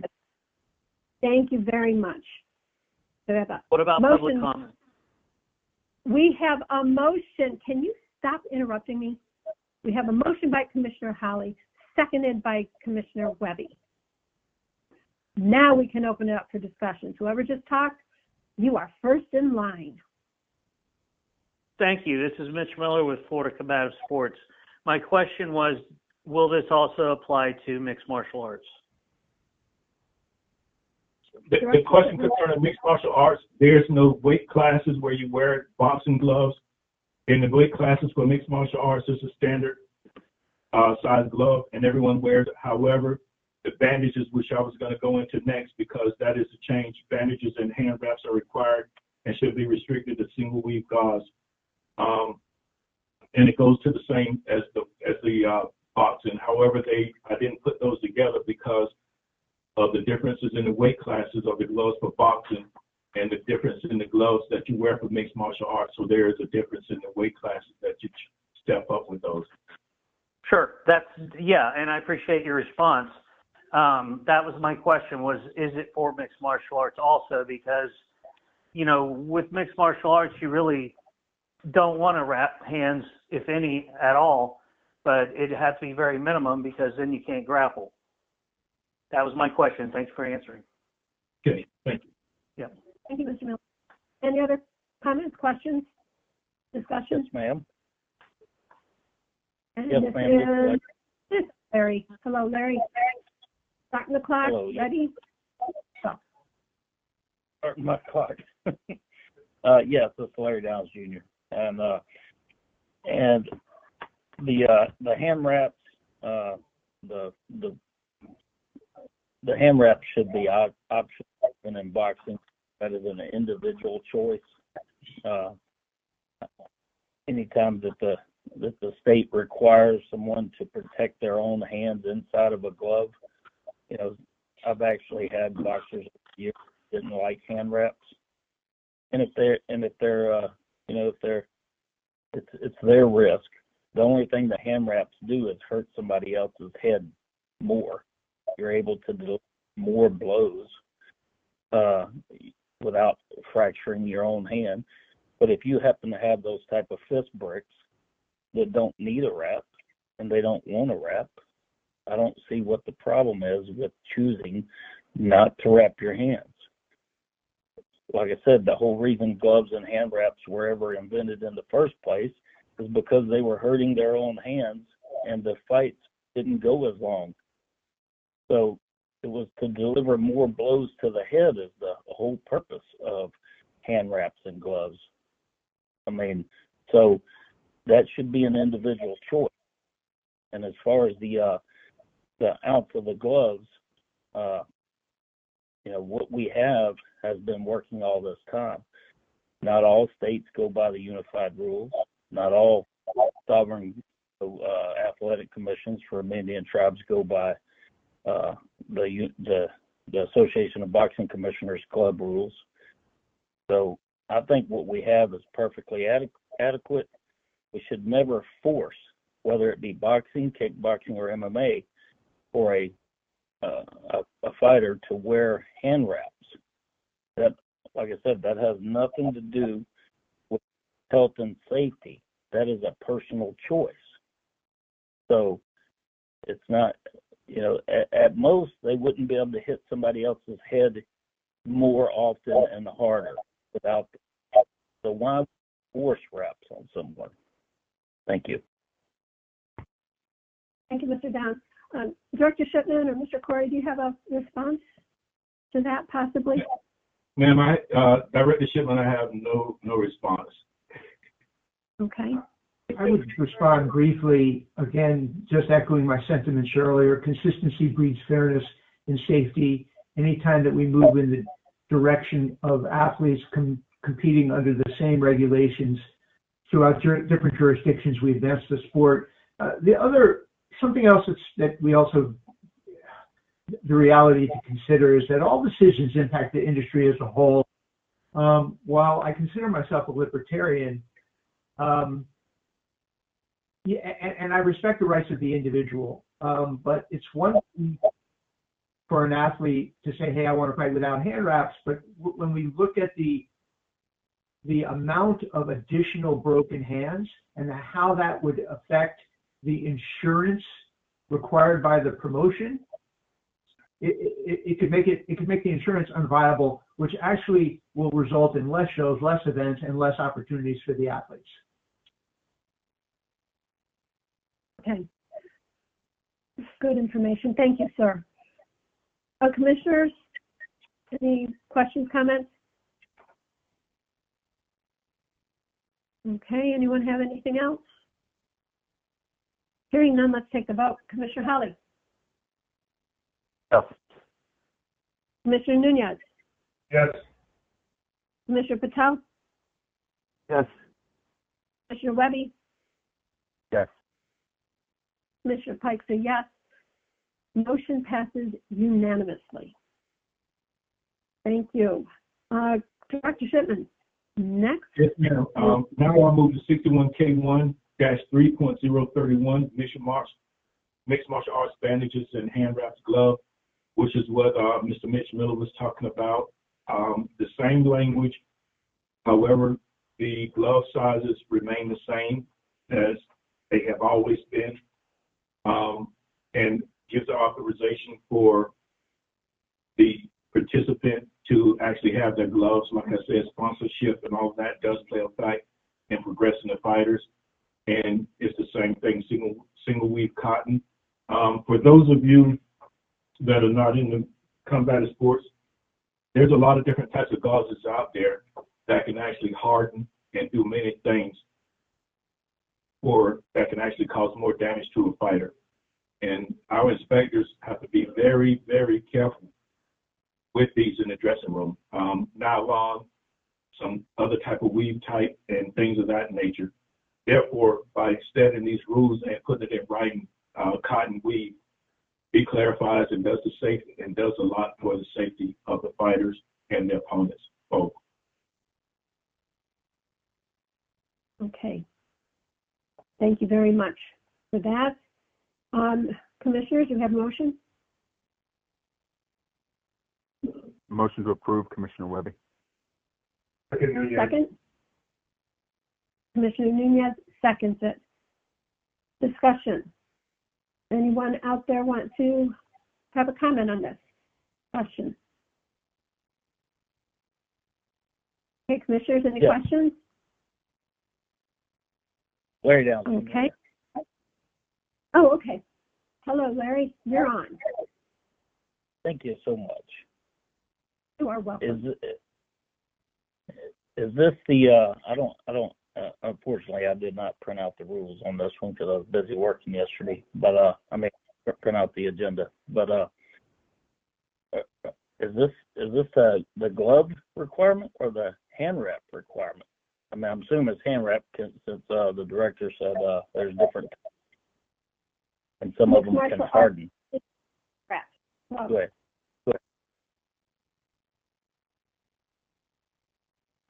So he's saying that it's very, very, very safe.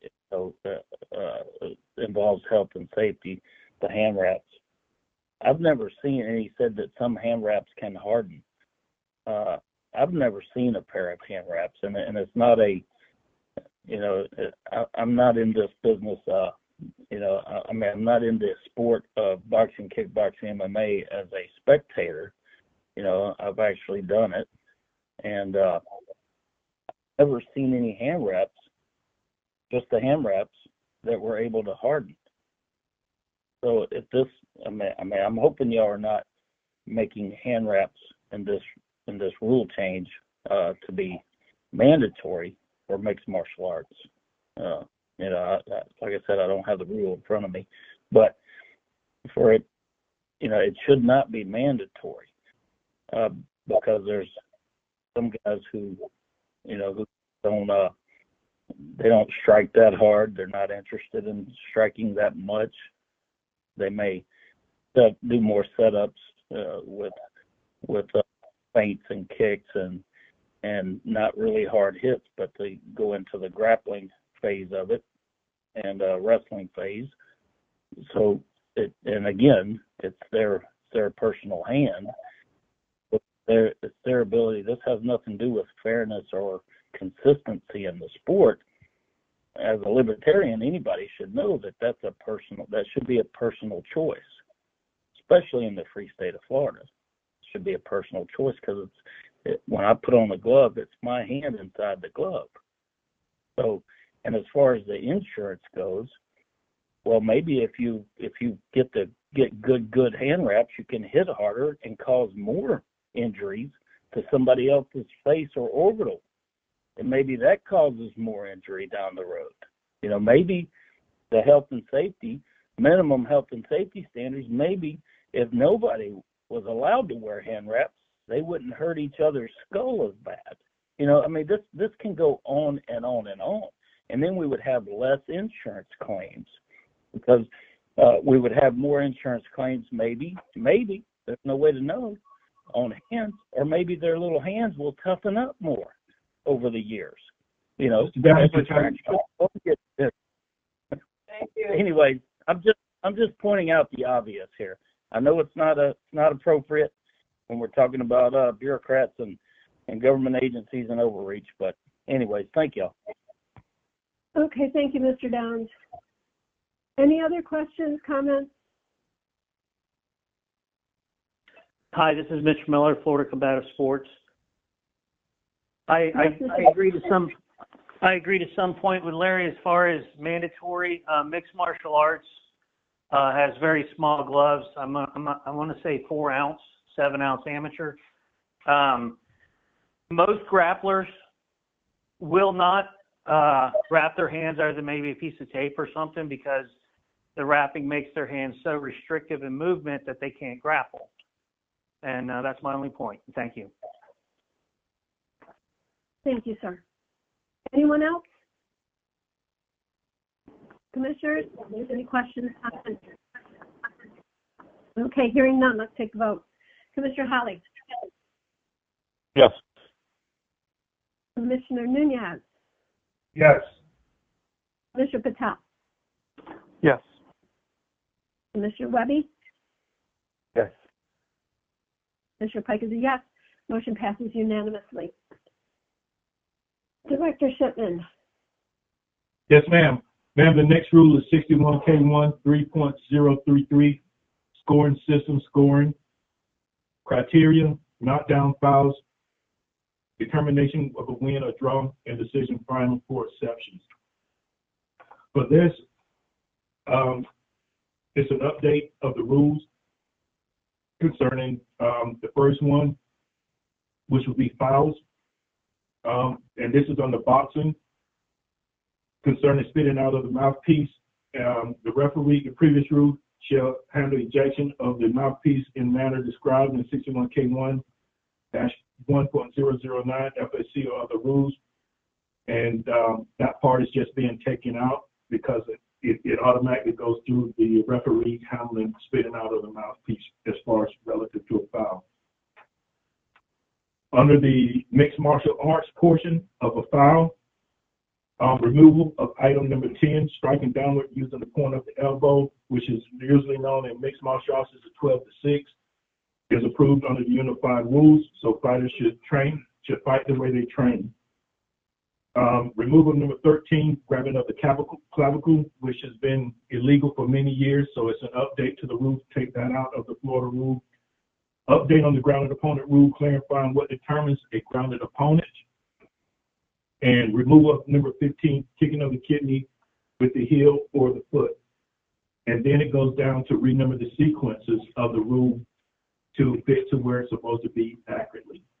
And that's all we have on this rule now. Okay. Okay, whatever.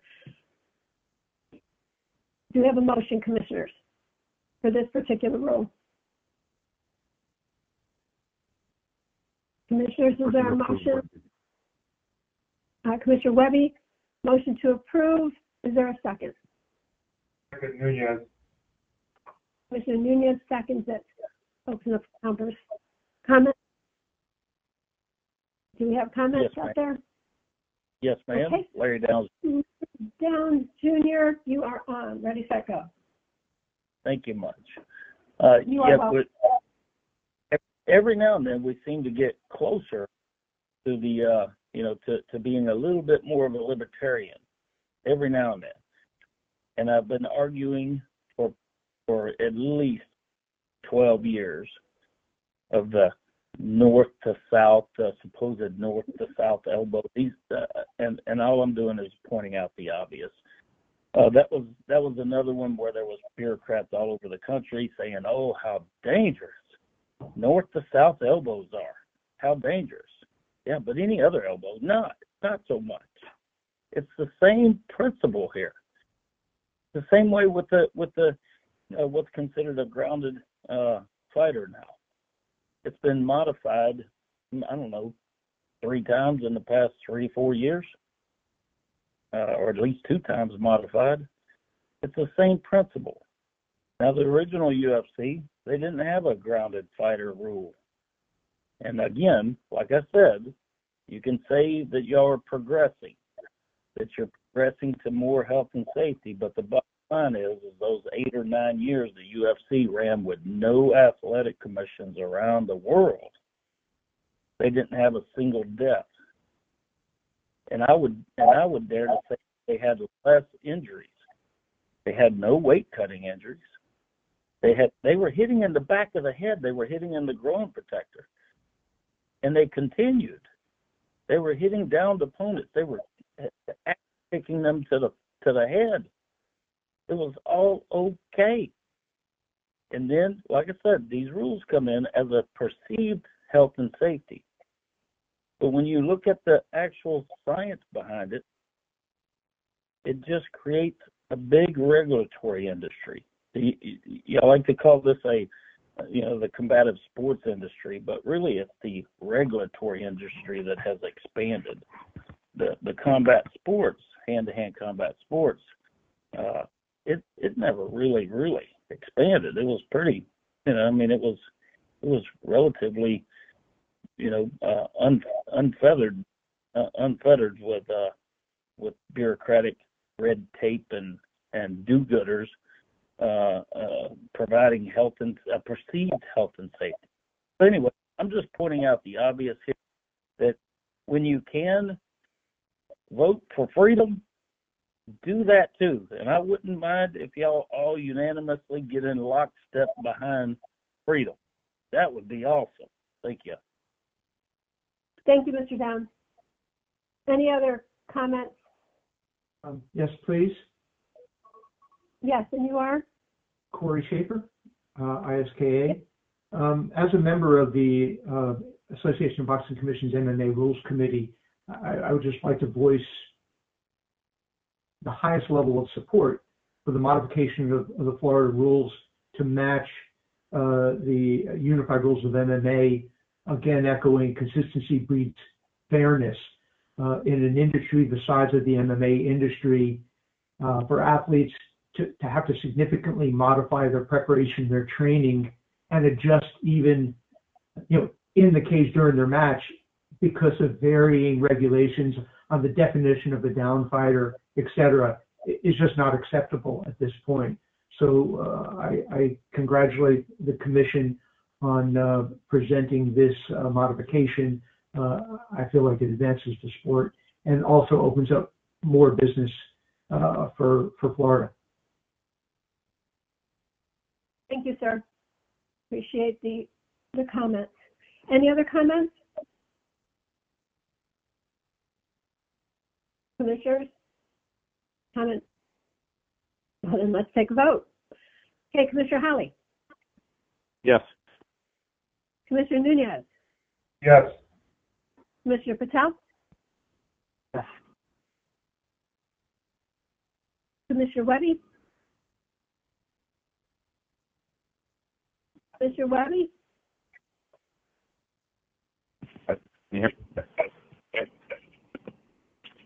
Commissioner Webby. Yes.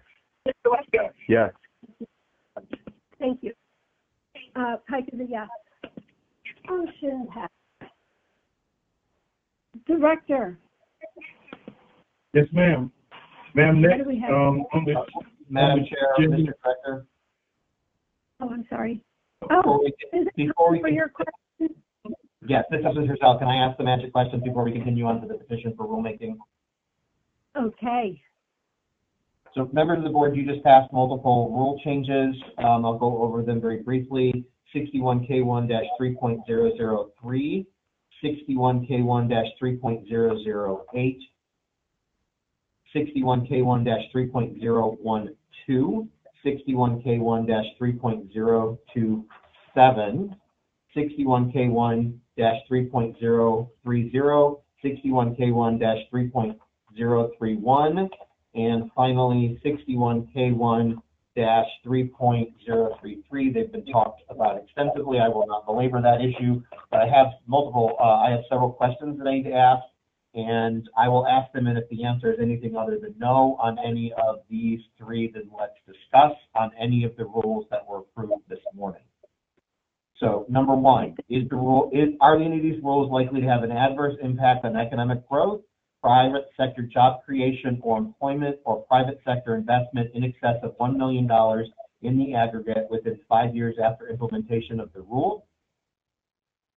Number two, are the rules likely to have an adverse impact on business competitiveness, including the ability of persons doing business in the state to compete with persons doing business in other states or domestic markets, productivity or innovation in excess of $1 million in the aggregate within 5 years after implementation of the rules? Or three, are any of the rules likely to increase regulatory costs, including in transactional costs, in excess of $1 million in the aggregate within 5 years after implementation of the rule? So I'm going to say three. However, does anybody have another thought? Hearing none, it's a no to all three. Mr. Frizzell. Thank you. We can continue on to the next agenda item. Thank you, Madam Chair. Okay. Thank you very much, Mr. Frizzell. Appreciate your input. Madam Chair, the next item is a petition to initiate rulemaking. The Florida Athletic Commission received a petition concerning initiating of a rulemaking on 61K1-4.018, which is amateurs, boxing apparel for amateurs. This rulemaking petitions were submitted by Larry Downs Jr. via email on November the 13th, 2025. So with that being said, what the rulemaking or the petition indicated was that Mr. Downs is petitioning to remove the headgear for boxing amateurs if they're over 18 years of age. And that is the gist of his petition, and that is the only thing that they're asking for. Mr. Frizzell, would it be appropriate for me to make my comments or turn it over to the commission to make her comments, or what is the process? Thank you, Mr. Shipman. At this point, it would be appropriate for Mr. Downs to present his petition. Okay. Okay. Mr. Downs, on the line? Yes, ma'am. I was wondering if, because it's really presented by Mitch Miller, he called and told us what he wanted. He's working too, so I submitted it. At this time, it would probably be best to hear from him first, if that would be right. Okay. Mr. Miller, are you there? Yes, I'm here. Okay. Yeah, the purpose of our petition to change the Florida Administrative Code 61K1-4.018 is no different than what we did 3 or 4 years ago for kickboxing.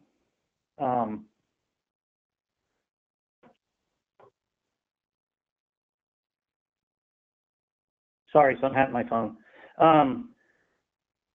There's some reasons why, and they're mostly around safety concerns. Headgear makes a larger target, therefore the competitor takes more damage. And of course, by removing that headgear, it reduces the size of the target. Doing research on this, I just found out that the the Olympic Commission has removed all headgear for their amateur boxers. So that's something to think about.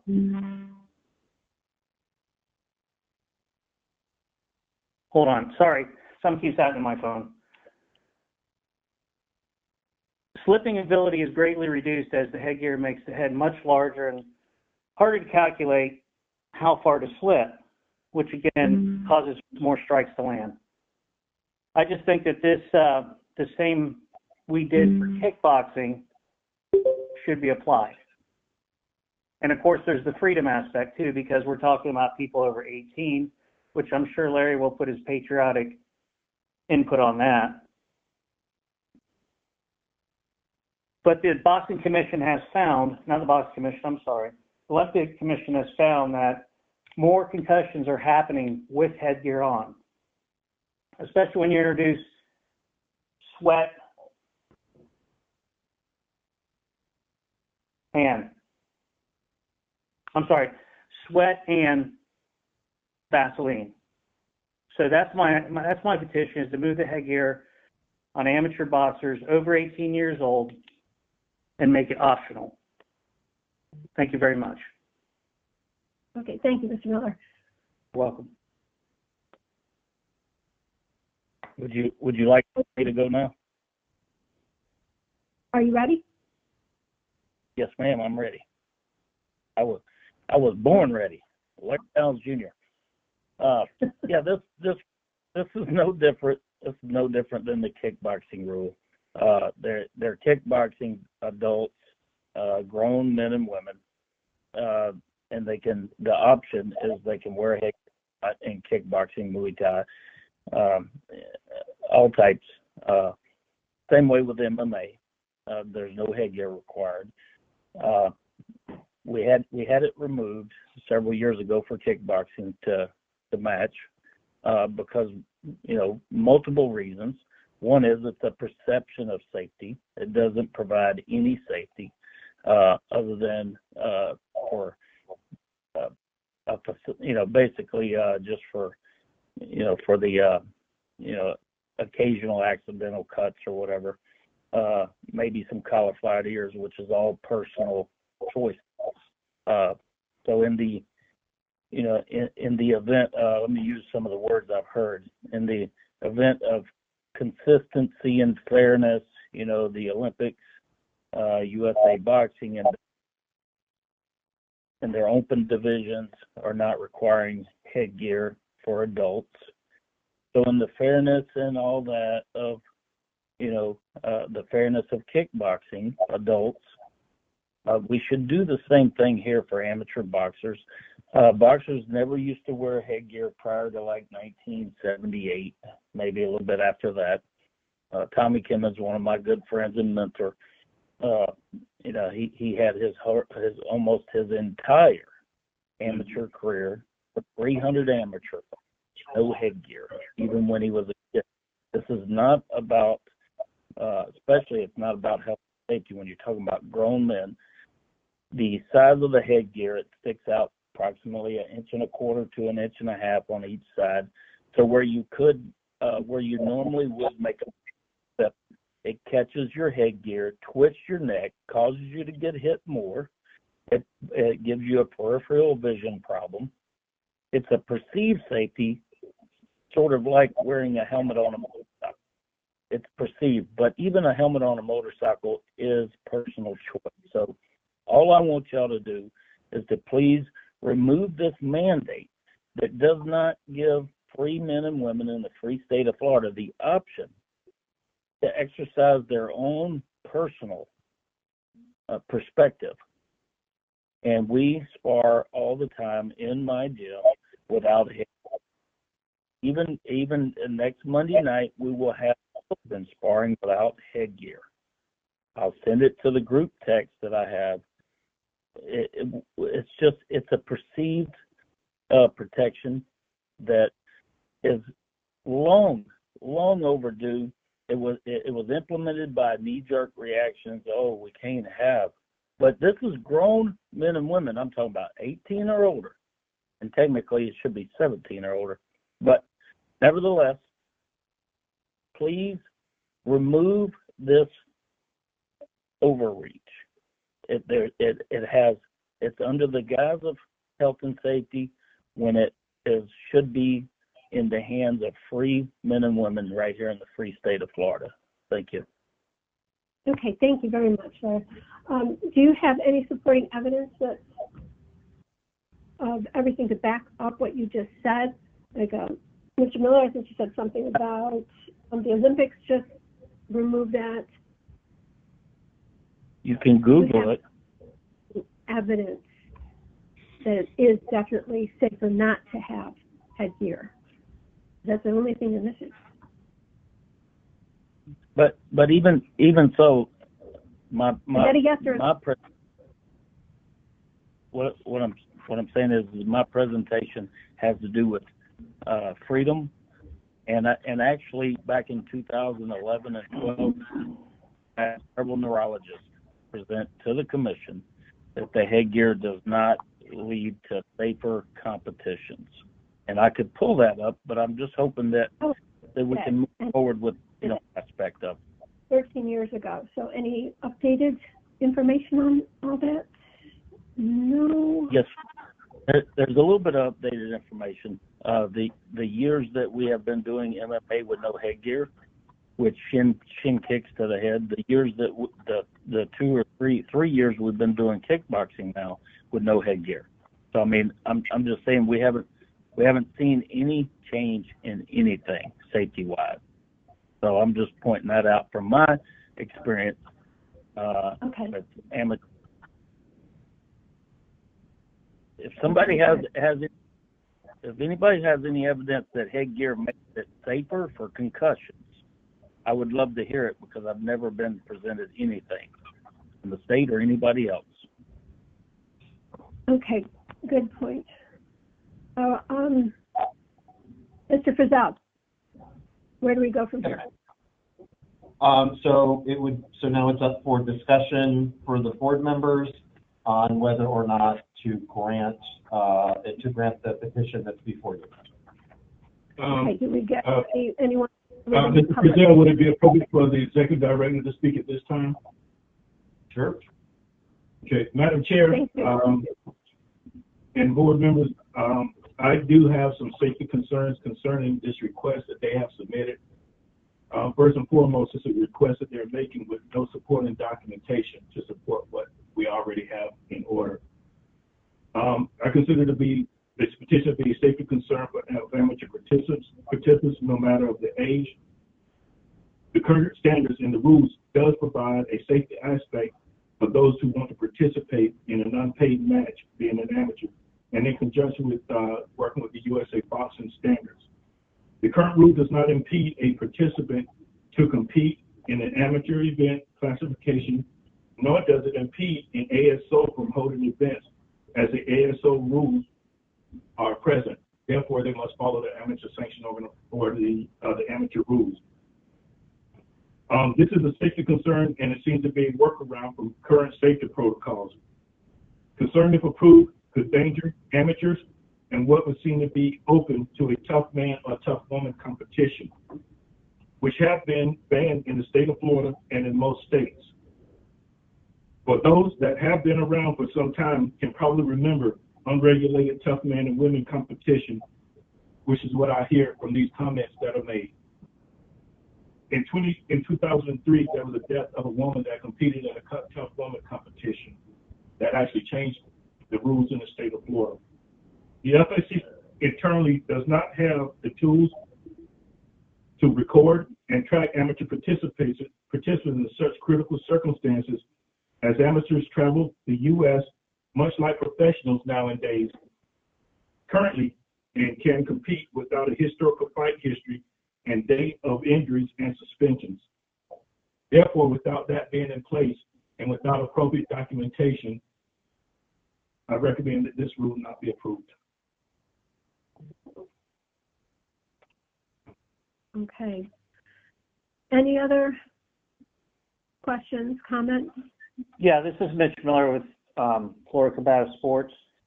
There's literally mountains of evidence showing that it does nothing to protect them. I mean, the the Olympic Commission hired many doctors and neurologists to do this, and I can provide those. I just didn't think I needed to provide 400 pages of documentation with this petition. So what I would like to do, what I would like to do is maybe put it on the table, and I'll send you this documentation. Thank you. Thank you, Madam Mr. Chair, Mayor. we have someone else that would like to speak. Certainly. Hello, thank you for the opportunity to speak. This is Michael Campbell from USA Boxing. I'm the manager of events and operations. While I don't have a direct opinion on this petition, I do want to correct a couple comments that were made. It was stated that USA Boxing rules allow for the removal of headgear for 18 and over combatants. This is not true. We do not remove headgear in the United States for any USA Boxing sanctioned events. USA Boxing athletes may have their headgear removed if they're in international competition under international boxing rules. So just to reiterate, USA Boxing sanctions will always have headgear on all combatants. There was a comment about occasional cuts. There's been many studies that have shown that the removal of headgear dramatically increases cuts and abrasions. It dramatically increases boxers being taken out of progressive competitions that have rounds, bracketing because of injuries that sustained in previous bouts. So there's many proposals on the table. I believe we have spoken at this meeting about data that we've accumulated as well. We're happy to share any injury data as that we've seen previous with headgear removed and with headgear on. There was also a comment that the keeping of headgear on creates more damage. This is unequivocally not true. Concussions, as it was stated, do remain constant with headgear on or headgear off. However, the incidence of cuts and abrasions is dramatically increased. So it's USA Boxing's position that we will remain having headgear on all USA Boxing sanctions. Thank you for your comments. Chair, this is Hey, Greg Downs Jr. again. I would like to add one more thing. Okay, Mr. Downs. Yes, ma'am. What we're asking here, and that's terrible we got to ask. What we're asking here is that the option be available for those amateur boxers who are grown men and women to make their own decisions in a sanctioned event where the sanctioning organization allows them to make their own decision. And I disagree with the USA Boxing representative. There's no evidence that supports that there isn't more concussions with headgear. There's no evidence either way. It's kind of like the old COVID testing trick. There's just no evidence. But there's no evidence that says that it leads to more concussions without headgear. And as far as superficial damage goes, that goes back to autonomy. You get to make your own decision. We're not saying that you have to fight without headgear or you have to box without headgear. What we're saying is that free men and women who are grown should be able to make their own decisions. And as they get further in their amateur career, they may want to start to experiment with fighting without a soft helmet, like a child, so that they can transition into professional boxing. And I believe this is a matter of choice. And you can come up with numbers. I mean, Bill Gates said it best, lying with statistics. Anybody can pull up anything they want to pull up. But if you revert back to freedom, just like with the kickboxers, there was many, or there wasn't many, but there was a few who were arguing for y'all to vote to leave the headgear required for amateur kickboxers. And y'all voted against y'all voted for freedom that time. It's unusual. I get it. It's very unusual to vote for having your own bodily autonomy. Very unusual for you to vote for free to choose. But it's the right thing to do here. We're talking about grown men and women. Don't have to They don't have to not wear headgear. They can wear headgear. It's just a personal choice. And there's nothing wrong with having that choice as a grown man or woman. We don't need government bureaucrats or people telling other grown men and women that it's for your own good. It's for your own good. The government to help. I don't think that's the right thing to do in the free state of Florida.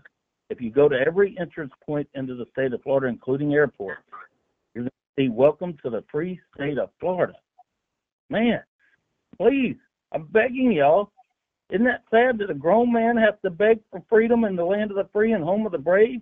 And all of these others are like, oh, no, please govern us harder, Big Daddy. Thank you. That's all I got. I mean, y'all going to do what y'all going to do. Thank you.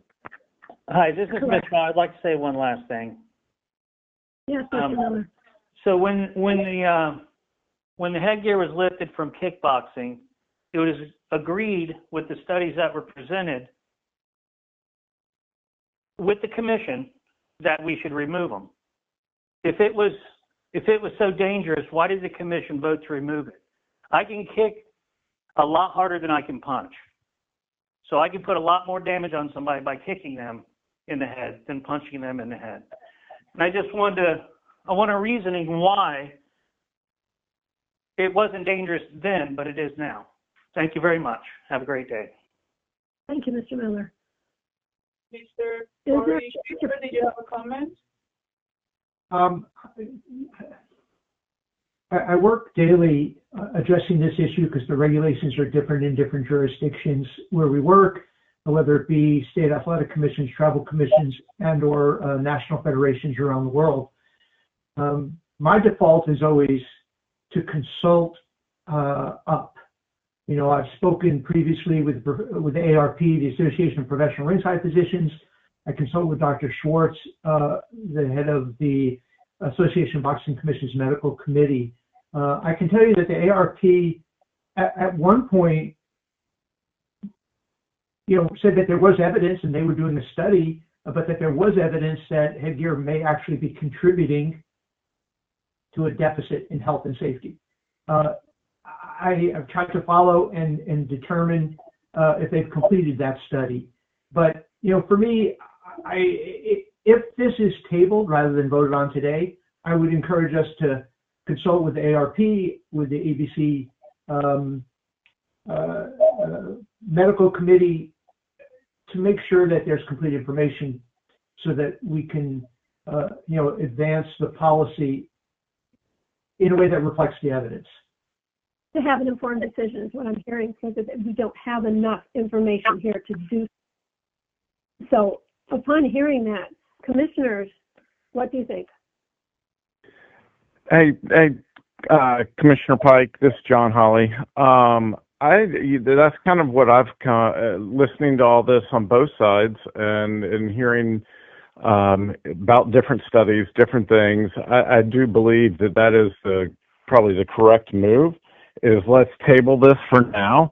Let's look at this. Let's get all the facts, get all the information. Let's have everything presented, in front of us. Maybe a staff recommendation, and let's do something, thoughtful and not off a whim. So I think it would be very helpful to have a lot more information and really some of this information from the professionals, what other jurisdictions are doing and things like that, where we can make an educated determination. Very good. Other commissioners, I like your thought, Commissioner Hawley. Thank you. Other commissioners, thoughts on this? Yeah, this is Anoop Patel. I would agree right now.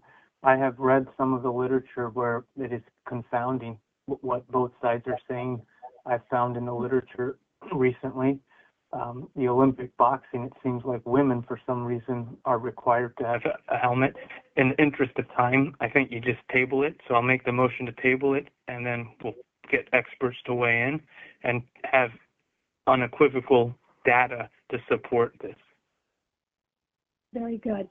Okay, so we have a motion from Commissioner Patel to table this pending information, needed information, as he just, and Mr. Holly just said, Commissioner Holly said too. So I will second that motion. Any discussion, commissioners, on that? Hearing none, take the vote. Commissioner Holly? Yes. Commissioner Nunez? Yes. Commissioner Patel? Commissioner Webby? Yes. And Commissioner Pike is a yes. Tabling this is gone through. Okay, next on the agenda.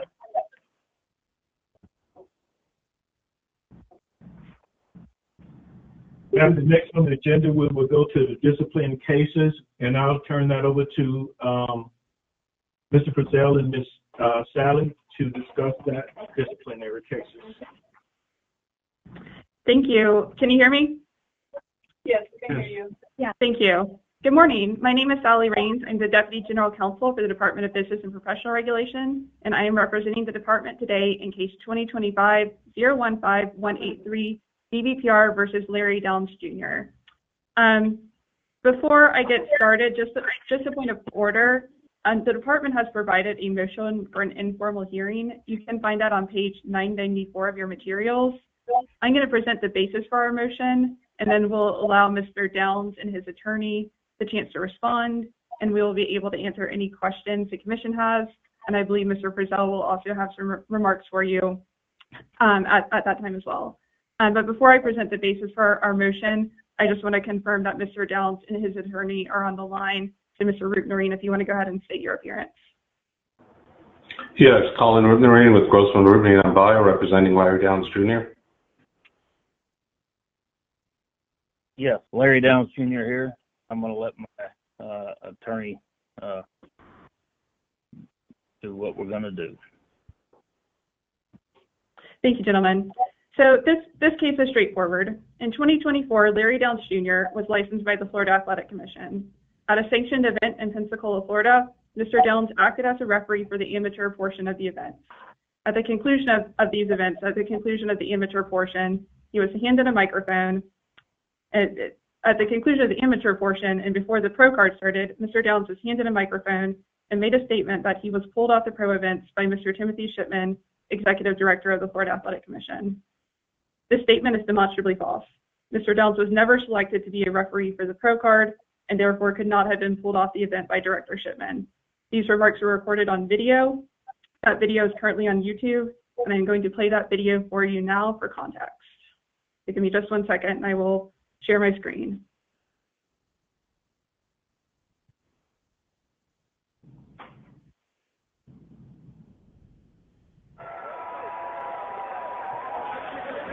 All right, real quick. Y'all pay attention. I got a quick message from our referee, Larry Downs Jr. Holy shit. Hey, real quick, I just got about 30 seconds. Y'all know how I like to fight the government and all. Well, we have a new executive director with us. Anyways, he has pulled me from the pro card. So, it's the Florida State Athletic Commission. So I won't be refereeing, so I just wanted y'all to know from here on out.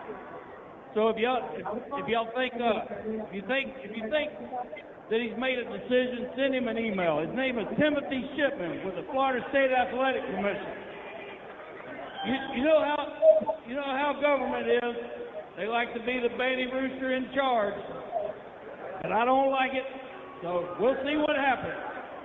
Thank y'all. Ladies and gentlemen, we'll be back.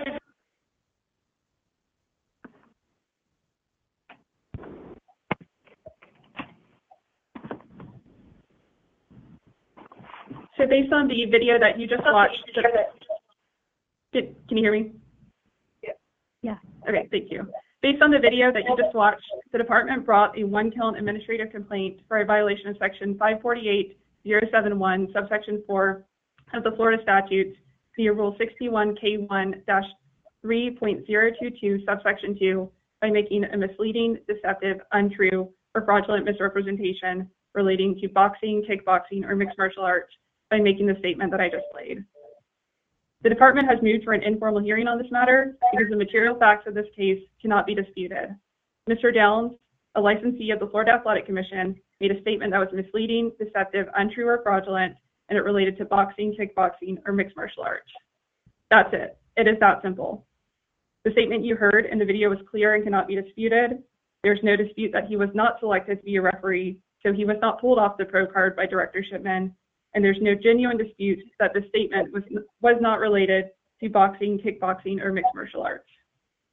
In summary, the department requests that the commission grant its motion for informal hearings as the material facts of the case are not in dispute. Thank you.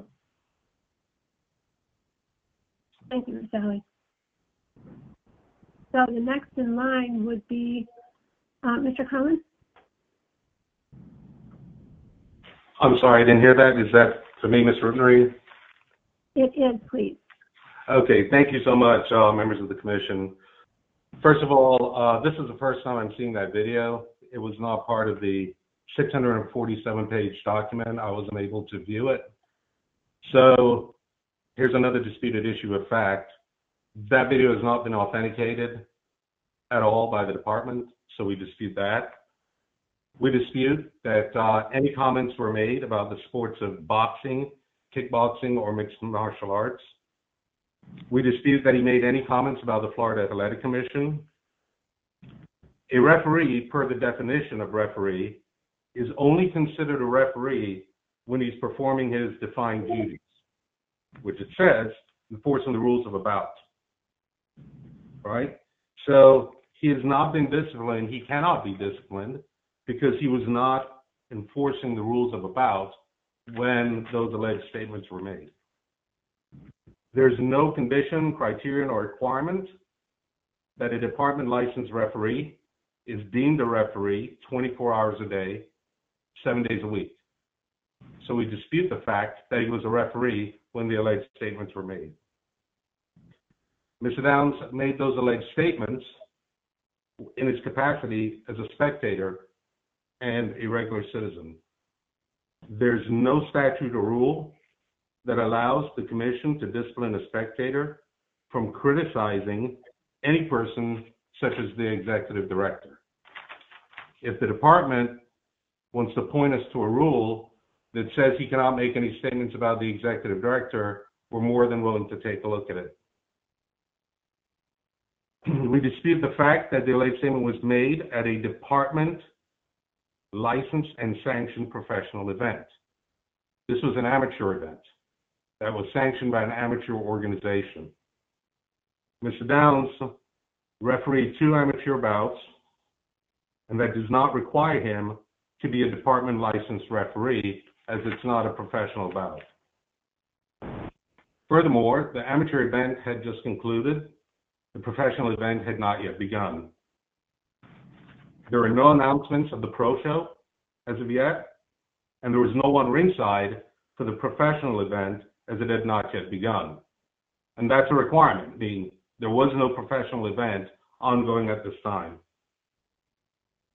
We dispute the fact that the executive director should somehow be equated with the entire sport of boxing, kickboxing, or mixed martial arts. There is nothing in statute or rule that says he is to be equated with either. Again, if the department wants to point us to a rule or statute, we will do that. We'll take a look at it. None of the definitions equate the commission or executive director with the actual sport. You heard what the statute says. We dispute that Mr. Downs violated any of his duties as a referee.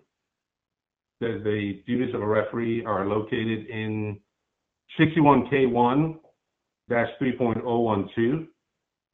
Nowhere does it state that Mr. Downs cannot make statements, nor is there any language that would abrogate his rights, his First Amendment rights to free speech. There's nothing in the department's statutes and rules that dictates a referee or anyone cannot make comments about the executive director. The executive director is just a person that's been put into place. He is not the sport. Any argument regarding any sort of rule challenge is beyond the jurisdiction of this commission. That was made in the motion. In addition, Mr. Downs has raised a fact that he believes that Mr. Shipman has been biased in his handling of any issues dealing with Mr. Downs. The department disputed that. We have yet another issue of disputed fact that needs to be sent to the Division of Administrative Hearings. In its motion, the department also raises new facts regarding the Deputy Executive Director. At no time were those facts raised in the original administrative complaint. You'll see my response. Florida is a fact-leading state. We're bound by the four corners of that administrative complaint. We have not disputed the executive director's statements because we're not required to do so. The proper procedure would be for the department to file an amended administrative complaint that would then afford Mr. Downs the ability to respond. That's what Chapter 120 requires. In its motion, the department references the investigative file, whatever it may be. It was 647 pages, of which there was a 4-page, 1-count complaint that was drawn out of it. We are under no obligation at any time to respond to that 647-page document in a petition. We're only required to respond to the arguments raised in the administrative complaint. So any extraneous comments, any issues, any text messages by the executive director, that's not on the table at this time. Again, if the department wants to do that, they could go ahead and file an amended complaint, and we'll respond to it. Based on those facts, based on our dispute, and I would urge the commission to take note of, under Rule 28-106.2015, that deals with licensed disciplinary proceedings, our petition merely needs to dispute the facts. It doesn't ask for ultimate facts alleged, as 28-106.201. All we need to do is say, we dispute the material facts. That's all that's required under 2015. There's case law that came out under 201 that's irrelevant and that's often raised by agencies, but it does not relate to licensed disciplinary actions. So we'd ask the commission to, one, deny the motion for an informal proceeding and have this sent to the Division of Administrative Hearings for a formal hearing before an administrative law judge, or two, dismiss the complaint in its entirety. If you have any questions, we're more than willing to respond. Thank you. Thank you, Madam Chair. Would you mind if I made a response? I'll make it quick. Yes, please do. Thank you. So under Brookwood Extended Care Center versus Agency for Healthcare Administration, the petitioners bear the burden to identify the material facts and disputes. And Mr. Downs and his attorney bear the burden to identify the specific material facts and disputes. A general denial of all the material facts in the case do not meet this burden. I heard Mr. Routenrine state that they don't dispute that the statement was made, and I did not hear anything that disputes that the statement was false, misleading, misleading or fraudulent. As for some of the specific facts that Mr. Routenrine purports to dispute, Mr. Downs was standing in the ring between an amateur portion of a sanctioned license event licensed by the Florida Athletic Commission before the pro portion began, and he made a statement that related to his position as a licensed referee of the department. It is not a genuine dispute of material fact to say that that does not relate to kickboxing, boxing, or mixed martial arts.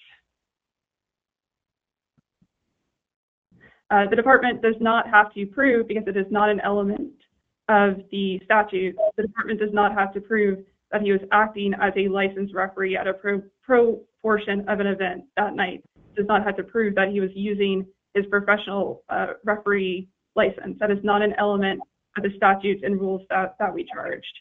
So in summary, Mr. Downs made a statement. That statement was false. That statement was misleading. And that statement was related to boxing, kickboxing, or mixed martial arts. And therefore, again, we would ask the commission to grant our motion for an informal hearing that the material facts of this case are not in dispute. Madam Chair, if I may reply to the response. Is this Mr. Collins? Yes, this is Mr. Green. Okay. Forgive me. I know your first name is Mr. Collins. Is it okay if I call you that? That's okay. I appreciate that. Thank you. Yes. Found interesting. So I'd first like to address the Brookwood case raised by Ms. Raines. Brookwood was decided in 2003 when the only rule chapter addressing these issues was 28-106.201. In 2007, the rule was promulgated 28-106.2015 that is specific to licensees. Brookwood is irrelevant and does not pertain to this case. Brookwood stands on its own for 201. Brookwood does not reference 28-106.2015 because it could not, because it predates the rule that is at issue and the rule that was cited by the department in its election of rights. So referring to a case to an irrelevant rule is pointless at this point for this argument. Secondly, if it is irrelevant that Mr. Downs was acting in his capacity as a citizen, but made alleged disparaging comments, but the department is now disciplining his referee's license, that actually makes no sense. The only way the commission can discipline his license is if he was acting as a referee or they believe that he did something as a referee that would require disciplinary action being taken. Making a comment about someone is not a disciplinary offense. We dispute that even if he did make those comments, that they're disparaging about the sports of boxing, kickboxing, and mixed martial arts. And that's all we need to allege. And so with that, again, per statute, per rule, per case law, we would ask that the commission deny this motion and allow this process to move forward at the Division of Administrative Hearings for a formal administrative hearing so that we can do discovery, we can do the depositions, I can depose Director Shipman, we can talk about this, we can get into the details, we can authenticate some video that I'm seeing for the first time with Mr. Downs, who's not even dressed as a referee, who was at an amateur event and who made that statement as an amateur referee, which is not required for him to be licensed or sanctioned by the department. Essentially, what we have here, if we want to get into the nitty-gritty of this case, is that the department is asking the commission to discipline Mr. Downs for acting as an amateur referee or acting as a citizen making a statement that has nothing to do with executive director, that has nothing to do with the sports of boxing, kickboxing, or mixed martial arts. I submit that the executive director is not equated to those sports. Thank you. Thank you, sir. I have a few clarifying questions. I'm sorry, this is Jeremy Webby. I have a few clarifying questions, if I may. okay. Thank you, Mr. Webby. Please go ahead. Just want to be certain I understand, or the way I understand what I've heard thus far is Mr. Downs had just finished officially refereeing an amateur match and was given the microphone and made these comments, and that's not disputed. Is that correct? Mr. Webby, The dispute is whether it was. No, my question was, My question was, did Mr. Downs just finish refereeing an amateur match and then take the microphone? I don't know. Well, I don't know. Well, I've seen a video for the first time today that I have not authenticated. And that has not been authenticated for my satisfaction. But it's not disputed either. He was just finished. I just want to make sure I understand. He had just finished refereeing a match and took the microphone, correct? I believe that may be so. Those but are the again, claims. Those are the claims. I believe that may be so. I cannot answer yes or no. I have not authenticated that video. Understood. But in your experience and knowing Larry as his attorney, that sounds like Larry and looks like Larry, correct? I mean, we don't need to be video experts and sound experts here, correct? Sure. If we ask members of the audience, they would. No.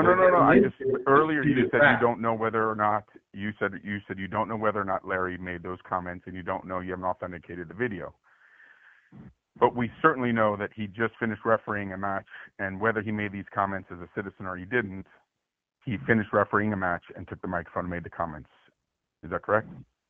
Whether it's as a citizen or... As far as I can tell, maybe. Okay. And if I can jump in, just took the microphone. Those questions are How many other great citizens questions. took the microphone? No. I just want to clarify in my mind how many other citizens took the microphone after Mr. Downs and made comments. Those are questions best left for a formal administrative hearing before an administrative law judge, because we have done no investigation in this case yet whatsoever.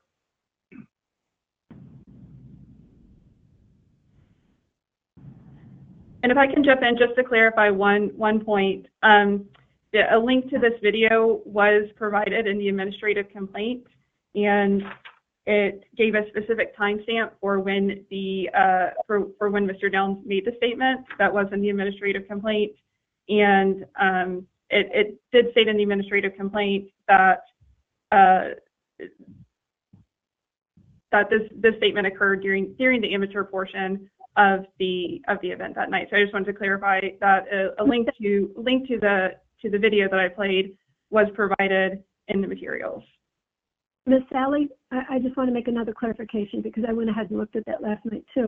I just found it interesting. I was stepping right up to the line. It was the final, was it not the final amateur right before the professional that he made the statements that he pulled from the pro card? Okay, so I'm just, in my mind, I'm painting this picture. It's right up to the line there. Let's go ahead and put our toes on the line. And then give the microphone is right after. Everybody knows it's going to be pro. Everybody also knows that he usually does do this island event. So people watching are thinking, okay, he's the referee. He just roughed that particular one. And again, I'm just trying to make a clarification in my mind. And they're going to go to the next professional right there on that line. So for him to say, pulled me from the pro card, do you know what that means? I just want a clarification, understanding of what those words actually mean. Sure. So the department's position is that pulled me from the pro card means that he was on the pro card and Director Shipman ordered him pulled off, which again is demonstrably false. He was never on the pro card. He was never scheduled to ref the pro card that night. This would be the crux of it right there. Okay. That fact hasn't been disputed. This is Webby. Is that correct, Sally? Correct. That fact has not been disputed. The entire administrative complaint was disputed. This Commissioner Nunez, was he wearing any type of official attire since he was refereeing the fight previously?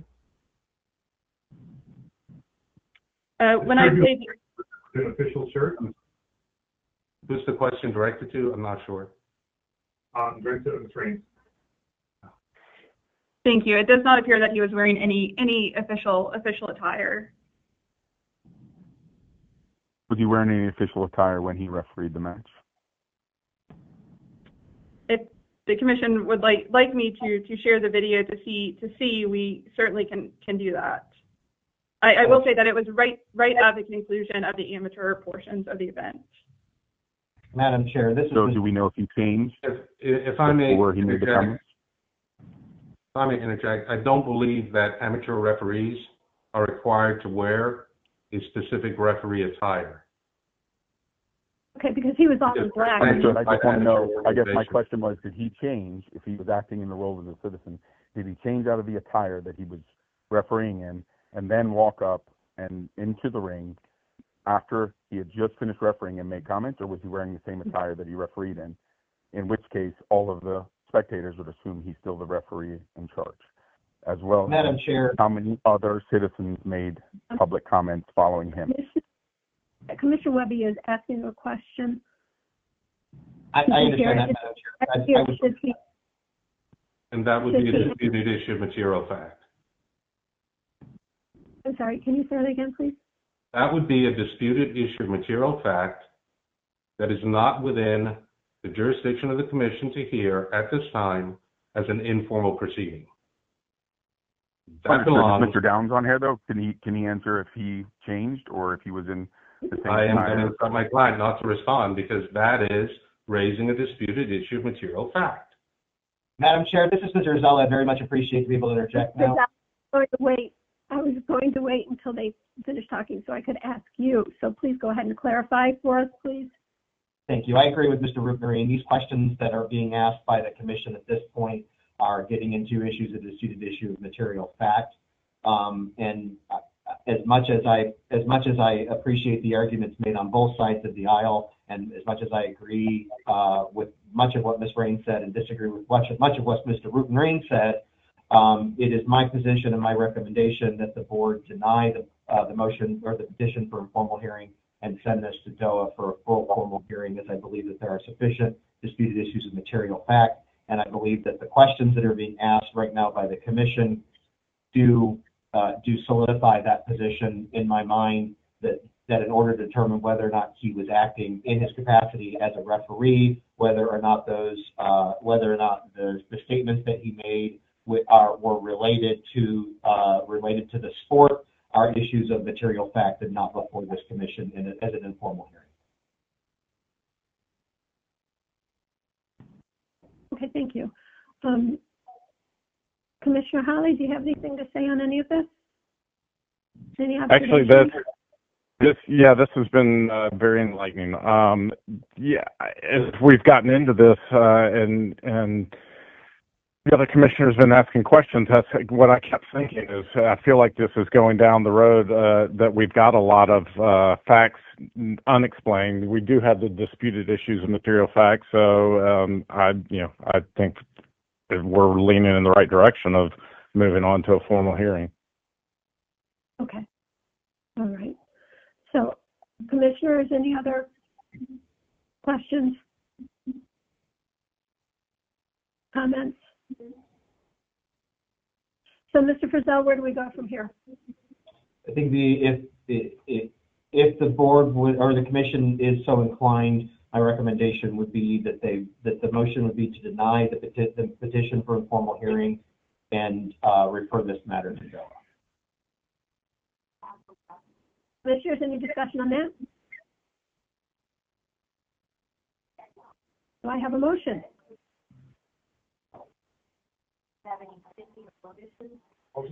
Holly will make the motion. Okay, please do. And what's your motion, Commissioner Holly? I want to make sure, because there's a lot going on. That we go to a formal hearing. Okay, so we're going to deny this, and it goes on to DOA. Correct? I'll second the motion, Nunez. Okay, Commissioner Nunez seconds it. Any more discussion? Hearing none, let's take the vote. Commissioner Holly? Commissioner Nunez? Yes. Commissioner Patel? Yes. Commissioner Webby? Yes. Commissioner Pike is a yes. Motion passes unanimously. Thank you very much, folks. Thank you for your time today, Commission. I appreciate it. Thank you, members of the commission. Have a nice night. Thank you, sir. You too. you, Mr. And the next case is going to be the USA Boxing. Thank you. This is Mark Miller. And this case involves the DVR versus USA Boxing, case number 2025-033705. Okay, please. I'm sorry? 1710, I'm sorry, I didn't hear you, Greg. page 1710. 17, thank you. I'm sorry, thank you. License number for USA Boxing is AMAT 19. The department filed an administrative complaint against the respondent on September 2nd of 2025.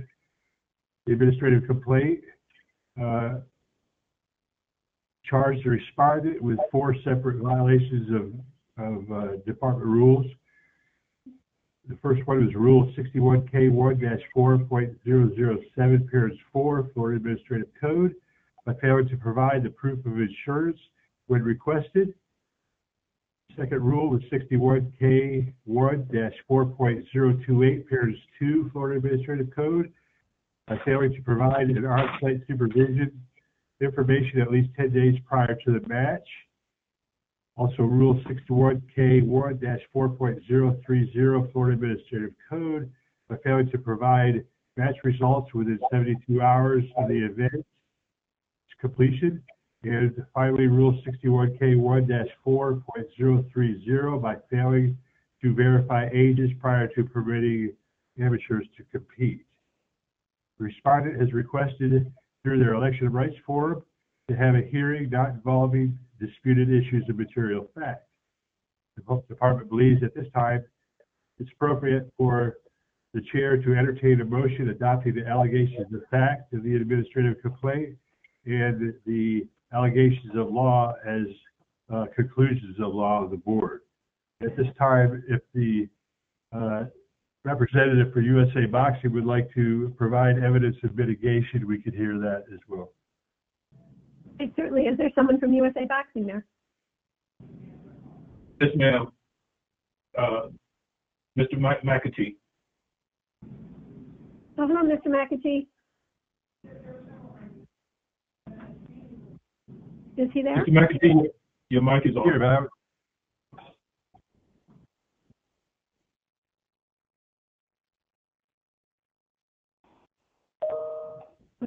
With the microphone. Mr. McAtee, are you there?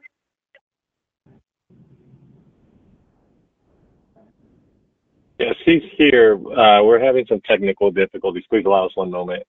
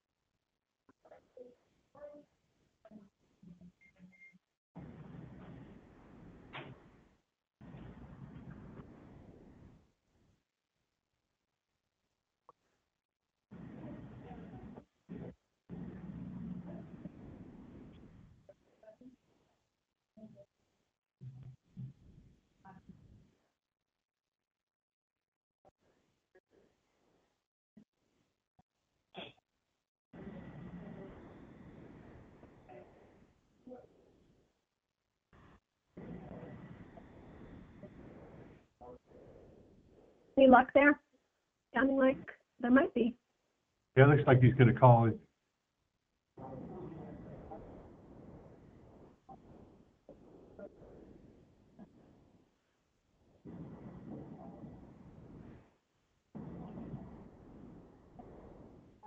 Sorry about it. You don't have any never let us know. Yeah.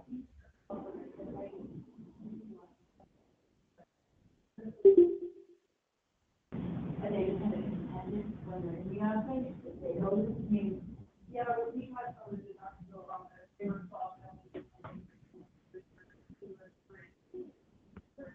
Good afternoon, members of the commission. Can anyone hear me? Yes. Yes, we can Is hear this you. Ms. McAtee? Is this Ms. McAtee?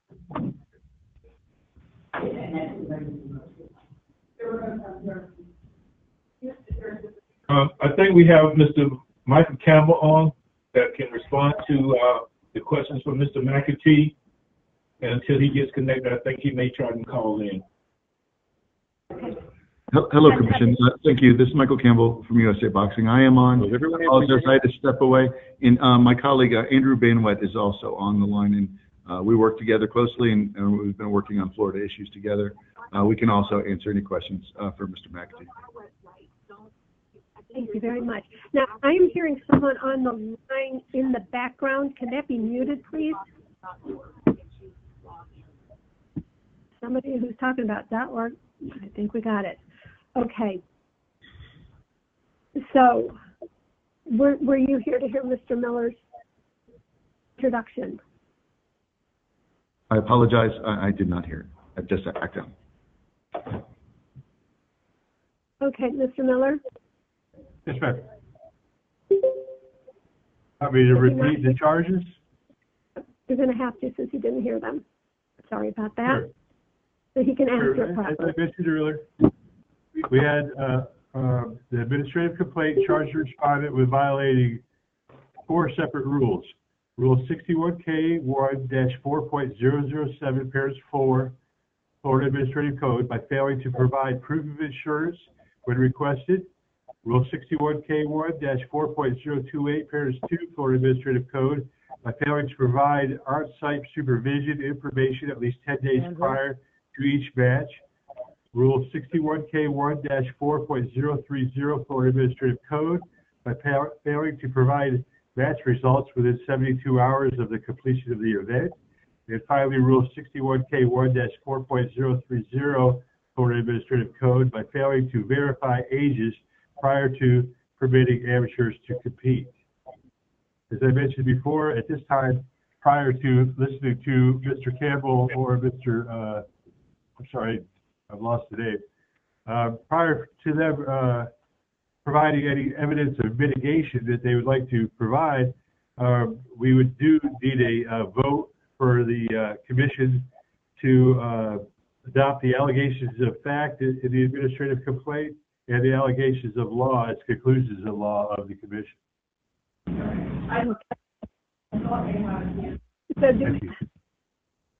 Thank you. Do we have a motion for that, please? Upon hearing none, I'll go ahead and make a motion. So moved with what Mr. Miller just said. Please. Is there a second? Second, Nunez. Thank you, Commissioner Nunez. Any questions? And let's take a vote. Commissioner Holly? Yes. Commissioner Holly? Commissioner Nunez? Yes. Commissioner Patel? Yes. Commissioner Webby?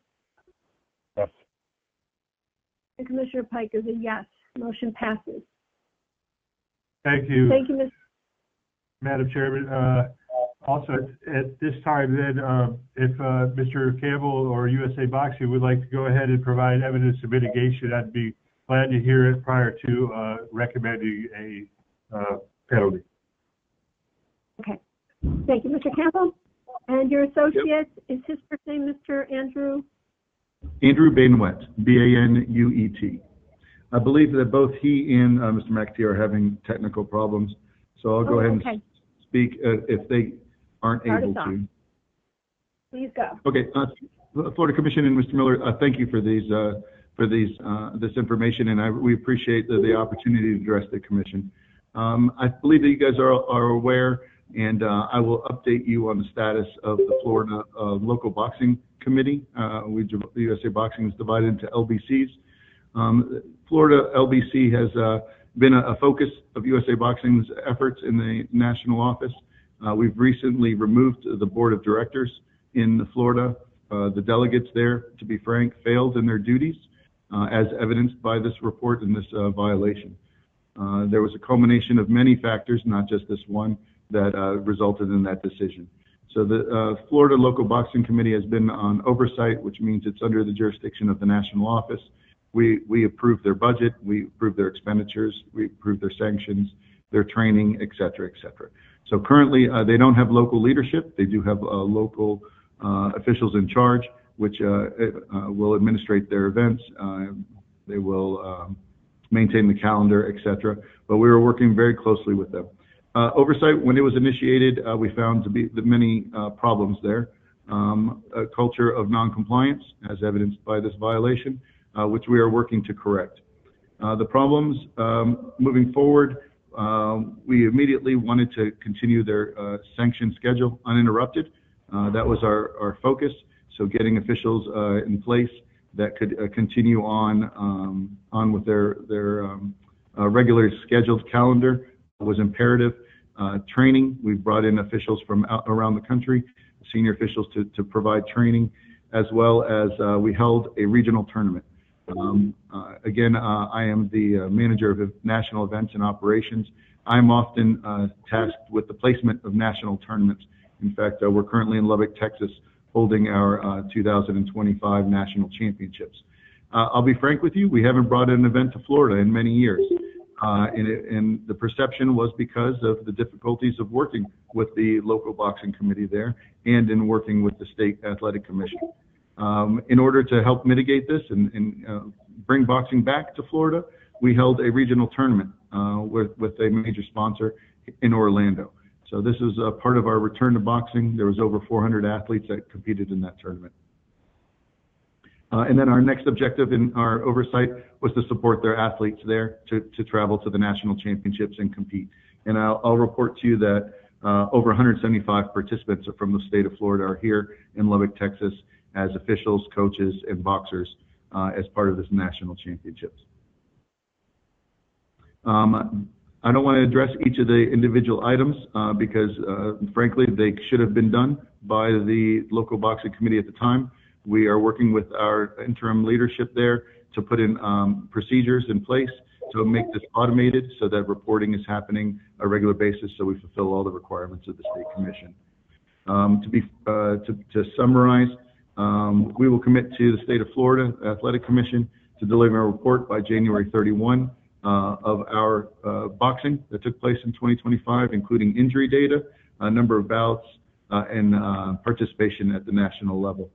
We recently had a rule book revision. We will forward that to you as well so that you have our most up-to-date rule book, training manuals, sanctioning manual, things that are auxiliary to the rule book that govern our regulations. Also, our insurance policy is being updated and renewed. We'll get you a copy of that as well in the month of January. At this time, I'll ask if Andrew Banway or Mike McAtee have microphones and are able to add any comment. Are they there? Yes, good morning. Thank you, members of the commission, for hearing us, and we appreciate your diligence and cooperation in assisting our operations. Just to reiterate, my pleasure. Just to reiterate Mike's sentiment, we are very much committed to working with the state of Florida and its athletic commission just to ensure not only proper governance, but also safe and fair practices for our athletes, members, and all shareholders that are invested into the Olympic style boxing. We understand the responsibilities that are tasked by us by being the stewards of this sport, and as such is something that we take very seriously. So I just want to reiterate our commitment on behalf of USA Boxing that we will work with the Florida State Athletic Commission hand in hand to ensure that Olympic boxing thrives for many years to come. Oh, thank you. Is this Mr. Andrew? Yes, ma'am. Thank you very much. And wet. Both of you, welcome. We appreciate you being here. Mr. McAtee, are you on the line? Mr. McAtee? Oh, he still hasn't been able to. I apologize. Mr. McAtee is reporting that his microphone and his speaker's not working. He can't hear us either. Oh, I'm so sorry. Okay. So basically, are you disputing any charges? Sorry, I missed that last part, Madam Chair. Are any of the charges being disputed? Mr. Campbell? No, we are not disputing the charges, and we commit to fulfilling all requirements. Thank you. Thank you very much. Commissioners, do you have any questions for these gentlemen?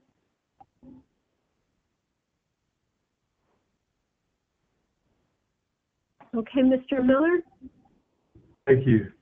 In light of the disciplinary guidelines and the couple of priors that related to USA Boxing, I would recommend a fine of $3,000 plus the cost of $175.62. Thank you. Okay, thank you. Commissioners? What say you? Because they've had priors, correct? And I know that they have been working on this with this whole new branch, let's call it. But commissioners, do you think that $3,175 is fair for 4?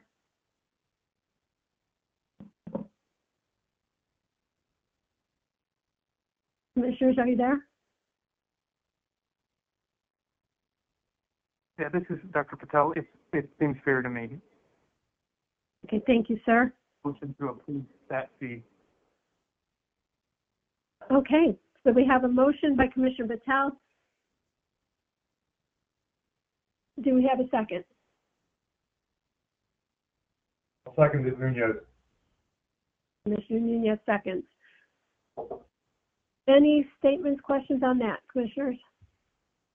Madam Chair, this is Rizal. Just a quick question about it. Is there a timeline on those, of when that would be due? Oh, thank you very much. We always put that too. Yes. Do you have a recommendation? I have a recommendation. This is Mark Miller. Typically, it's 30 days. Okay. I wouldn't object to more time if USA Boxing needed it.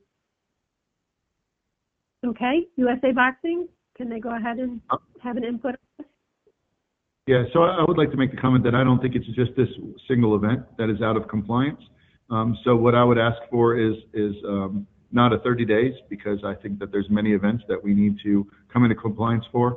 What would be more proper would be a discussion about what has been missed looking retroactively, and then what is going to be our policy going forward for 2026. We're committed to being in full compliance for 2026, but we do need to reconcile 2025, and it may take longer than 30 days to know how many events we're missing.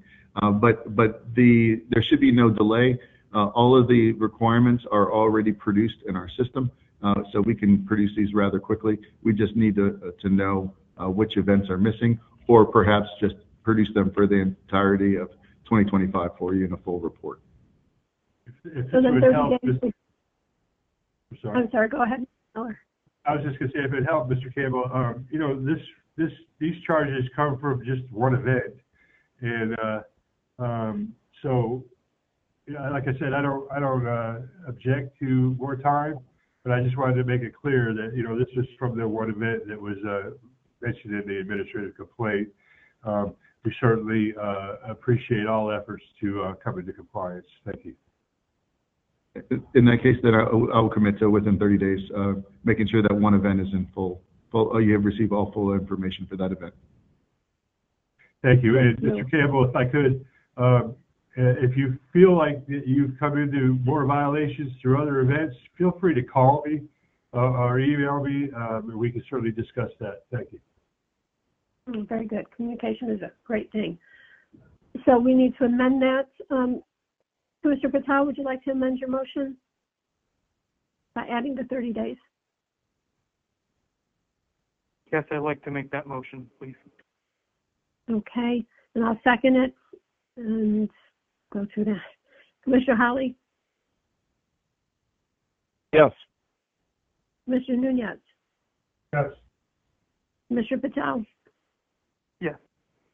Commissioner Webby? Yes. And Commissioner Pike is a yes. That motion carries. Do we have to now do another motion or will that suffice? I think we Mr. covered Frizzell? that. Mr. Frizzell? Yeah, I believe that covers fines and costs. I think that's everything you need. Okay, wonderful. Okay, what do we have next? I'm sorry, before we move on, may I ask a question? Oh, of course. I know that in the first part of the meeting, we had, one of the agenda items was the approval of amateur associations. Can you clarify, was USA Boxing tabled during that vote? And what is the next step for approval of USA Boxing? Okay, would that be Mr. Greg Pitts? Yes, no, it was, it was treated, USA Boxing, based on the biennial review, was approved, and then we were treating this discipline case as a separate matter. Excellent. Thank you for the clarification. So, thumbs up. Thank you, Mr. Campbell. Thank you very much. Thank you. Okay, so, Mr. Shipman, what's up? Madam Chair, the next thing of business is the Attorney General's report. And I think that goes to Mr. Frizzell. Mr. Frizzell, you're on. Thank you. I'll keep this very brief. Actually, I think, so if you started on page 1856, I think this perfectly encapsulates the progression of how rules are approved. Each month, starting in July, and then August, and then September, you can see the progression, and finally, by October, all of the rules are effective. This is probably the clearest I've seen it in a long time, and I think that's really cool. So if you have any questions, it looks like all the rules up until the ones that were approved today have been made effective. So if you have any questions, I can take them at this time. And then one more thing before I release, Madam Chair, I'd like to introduce my colleague, Mike Farnsworth. He is new to the Attorney General's office, but certainly by no means new to administrative law. And he is going to be taking over services as your board counsel. Mr. Farnsworth, if you'd like to say anything. Yeah, thank you, Tim. I just want to introduce myself. Mike Farnsworth, just started with the AG's office, and I will be taking over. Hopefully I can meet Mr. all of you. The call? Have you been on this meeting all the time? I have, yes. This is the first time I've said anything, though. Yeah. No, I realize that. Oh, you are ready for this then, huh? Yes, ma'am. I am confident he is, Madam Chair. Thank you. And also, Mr. The fact that you said that looking at your report and it was really cool to see that, coming from you, that's pretty cool too. So thank you for saying that. Well, I'm certain that your new rules will move forward unless there's challenges, just as efficiently. Yes, well, you have been good to have. We thank you. Yes, ma'am. Chair, is Mr. there, Barnes? I'm just asking if there's opportunity for the public to speak on this agenda item. Madam Chair, there is opportunity, but we have the Executive Director's report, and then Yeah. can open it up to the public comments, ma'am.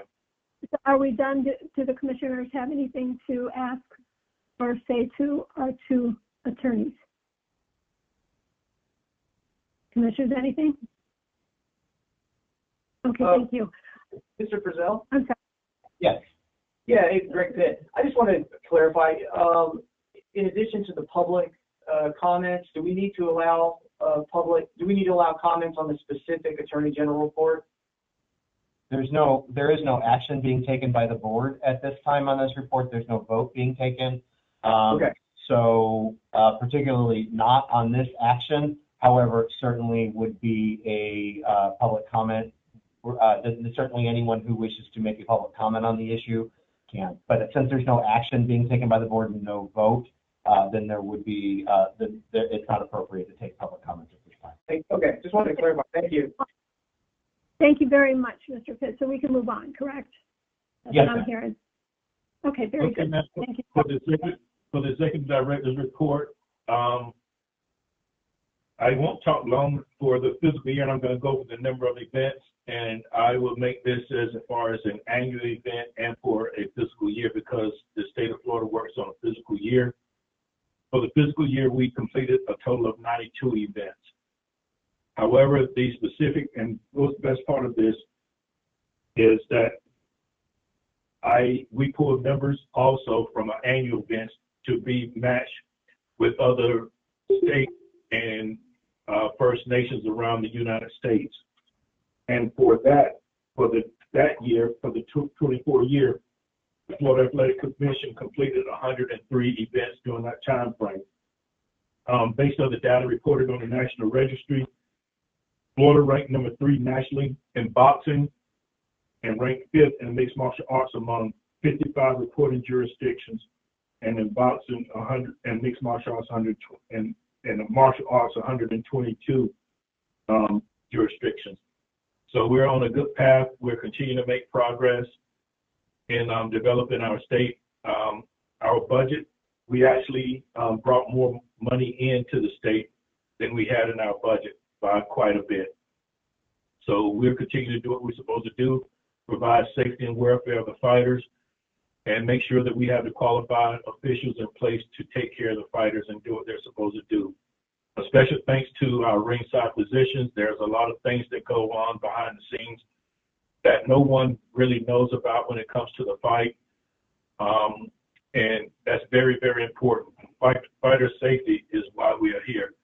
And all the recommendations that I have concerning making the rules is specifically for this fighter safety and development of the sport to grow at a much higher rate with that safety in mind and keeping the state of Florida top notch and performing against other states. Hopefully this year, maybe we can get on up to about 2 and maybe 3. It's a slow progress because we have some tough competition from some states. However, everyone knows that the state of Florida is in the fight to win. Nice plan words. That was very good. You've done a wonderful job. The whole staff has. The commission is impressive. If anybody goes to fight, they're just top notch. Top notch. So congratulations all on that. Now I'm looking at this. What caused us to go down? You have anything on that one? From the national reports, mixed martial arts events have been declined nationally since 2021 through 2022 due to a variety of factors, including industry consolidation. So right now, the state of Florida has always been top notch in boxing. However, for MMA, we did lose several promoters to the state by they're just turning in their license and not renewing the licenses next year. Mixed martial arts is a different beast than boxing. It doesn't have the history and some of the other stuff, but that was the only thing that I can say from a national reporting standpoint from the data is that mixed martial arts has been on a decline here over the last couple of years. Okay, thank you for that. Commissioners, any questions, comments of our executive director? Okay, so do we have anything from our assistant executive director? Mr. Pitts, No, have anything to say? No, ma'am, nothing in addition from me other than, really enjoy the work we do, enjoy working with you commissioners, and, we're going to continue to keep trying to move up and onward and continue improving things for motors, fighters, everyone else we work with. So I greatly appreciate it. Thank you. No, truly, top-notch staff there. Top-notch all the way through. So we move on to our public comments portion. 3 minutes. Lena, you have the time? Yes, ma'am. Timer. Thank you. So who would like to go first out there? Mr. Downs, are you still on the line? Yes, ma'am, I am. Okay. How did you know I wanted to speak? Because you tried to before, but it wasn't at the right time. So I knew you'd stick around. And here you are. So kick us off. Start us off. All right, let's roll. a couple different things. One is, if it's an agenda item, I would like to be able to speak, even when it's an attorney's report. Maybe I have something to say about the report that the attorney gave. Same way with the executive director report. That's information that is being conveyed to the public. So I would like an opportunity to respond on those agenda items. It doesn't matter if you are passing a law, another law or not. It's a report. So I may have a question about the report, or I may have a comment. So in the future, I would like to be able to speak as often as possible because I'm not going away. Also, I would like to know, I'm putting in a public records request right now, Chapter 119. I've done several of them, and most of them have not been responded to. And when it was $26,000, which is ridiculous because y'all have them in a PDF file. You got them at the click of a mouse. But anyways, I would like to know how much money that our DVPR Athletic Commission, in response to the sport of boxing, kickboxing, MMA, or the regulation of the sport, or the tax collecting of the sport, I would like to know how much money that the department is wasting on attorney fees and court costs and processing fees and all that in relation to the processing of cases against the citizens. And because back in 2011, 12, and 13, the amount that the state asked for was over $500,000, if I remember correctly, whenever they were wrongfully persecuting American amateur mixed martial arts. So, I mean, we don't have that kind of money to waste. Our government, we're in $38.5 trillion worth of debt. It's too much. And also with USA Boxing, they did in 2013 remove the headgear requirement for the open boxers. It's all over the internet. You can see the studies that they cited. But of course, they got pushback from people who have been well conditioned then that they want to keep their helmets, their safety helmets, and that's not free to choose. So, you can cite all the studies you want, but the bottom line is this is a freedom issue. So when we move forward on the headgear issue, I would like for y'all to just think about a grown man or a grown woman making their own decision. What is the problem with it? What's the real problem with it? Where y'all went wrong, not y'all in particular, but the government in general, y'all went wrong by thinking that you need to protect us from our own decisions. It's not right. It's not right. I mean, we've got to get away from that, and we've got to go back to the basic principles of liberty, not regulatory for money or for power or for personalities. I've talked to a lot of people. Y'all know I'm not a joke. I'm here for real. Madam Chair, we have reached the 3-minute mark. Okay, thank you very much, Lena. Mr. Downs, thank you. All I can say is that I'm glad you're here because iron sharpens iron. It keeps us engaged in our game too. So thank you very much. Insofar as you wanting to talk whenever you want to talk, as Mr. Frizzell said, if we're not taking action, it is not appropriate. So go ahead. Please wait just a second. Write these questions down, and you can refer to it in this public comment portion. Because there is a procedure and order that we go by. That's freedom for us, too. So I appreciate that, but we're going to maintain that order. So thank you very much, Mr. Downs. Anyone else out there for public comment? Yeah, this is Mitch Miller, Florida Combative Sports. Yes, Mr. Miller. I'd like to address the in-person meetings that's required by the commission's rule. We haven't had an in-person meeting since, I'm going to say late last year. So are we going to have another meeting before the end of the year, or are we going to have a in-person meeting beginning of next year? Thank you. Oh, thank you, Mr. Miller. Madam Chair, myself and Lincoln will develop a plan for the year, for next year, for these meetings. It may be in person, and then it may not be. Technology provides that opportunity. However, as soon as we develop the plan, we'll present it to the Board of Commissioners for availability, and then it'll be published, ma'am. Thank you very much. I knew you were on it. We all did. Thank you.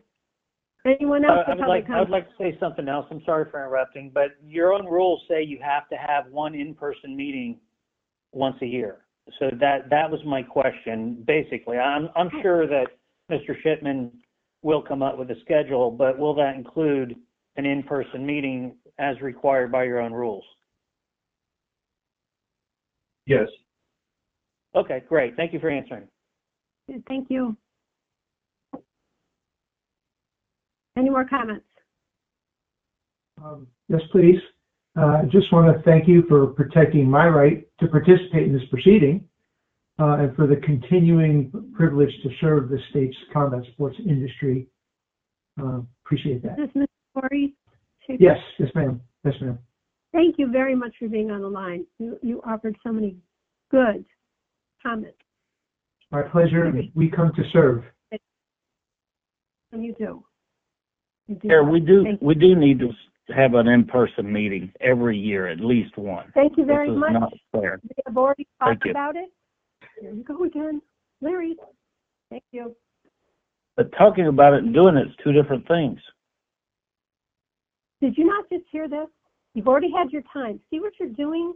You keep interjecting when you really don't need to, and it really rubs people the wrong way.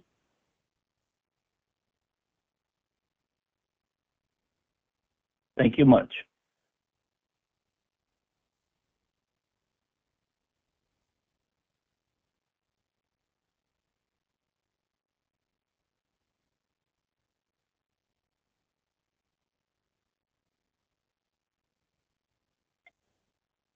May I speak again? This is Mitch with Florida Combative Sports.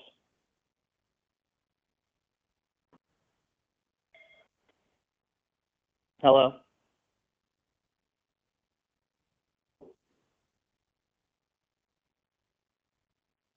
Might be having some technical difficulties. Just give her a second. It's Commissioner Webby. No worries.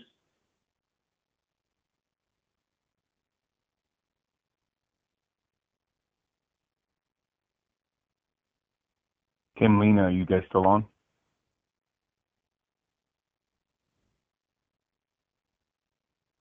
Are you here? We're still on. Sorry, we were having a little Okay. technical difficulty. Okay. Do you think Tina is doing the same? Should we keep moving or hold tight for a little bit longer? Sir, I think we can go ahead. It's only public comments. And if something come up with the public, with the comments, we'll have the notes on file.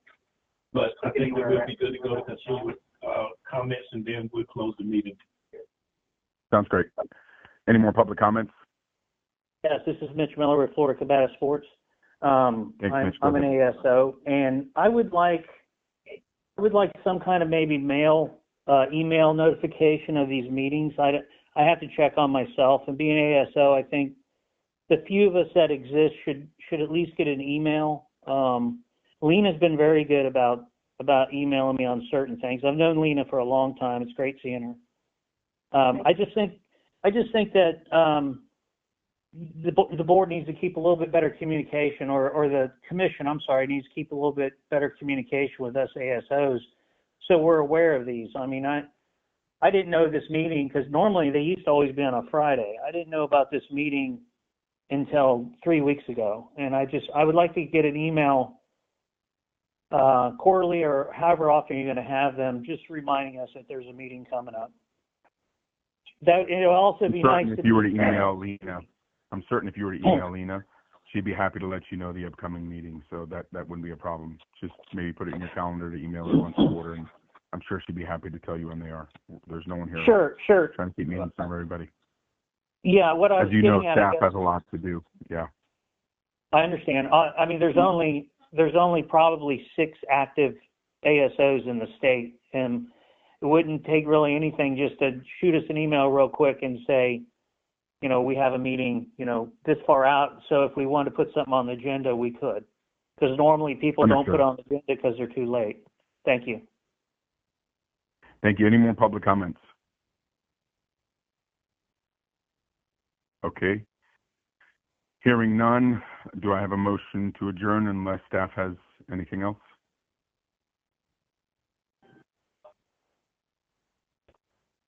Commissioners, please make a motion to. Anyone else have anything else on staff side? No. I assume Tina's still not back. No, nothing on our side, sir. Okay, thank you. Commissioners, anyone have anything? No, Commissioner Patel, a motion to adjourn. Second motion. Nunez. Who seconded that? Nunez. Nunez. Okay, motion to adjourn. Thank you, guys. Tim, do we typically take a vote on adjourn, or are we unanimous on the motion to adjourn, hearing no abstentions? No, that's not required. Is that correct, Mr. Frizzell? There is no requirement for a motion. But free to go. Wonderful. Thank you. Let the record reflect at 12:51. We're adjourned. Thank you guys for all being on. Thank you. Bye, everybody. Thank you. Hi, Tim. See you. Bye. Hey, Mike, it's Mark Miller. I just wanted to say welcome. Hey, thank you, Mark. I appreciate it. Yeah, I was actually over the Department of Health before I came here, so I am somewhat familiar of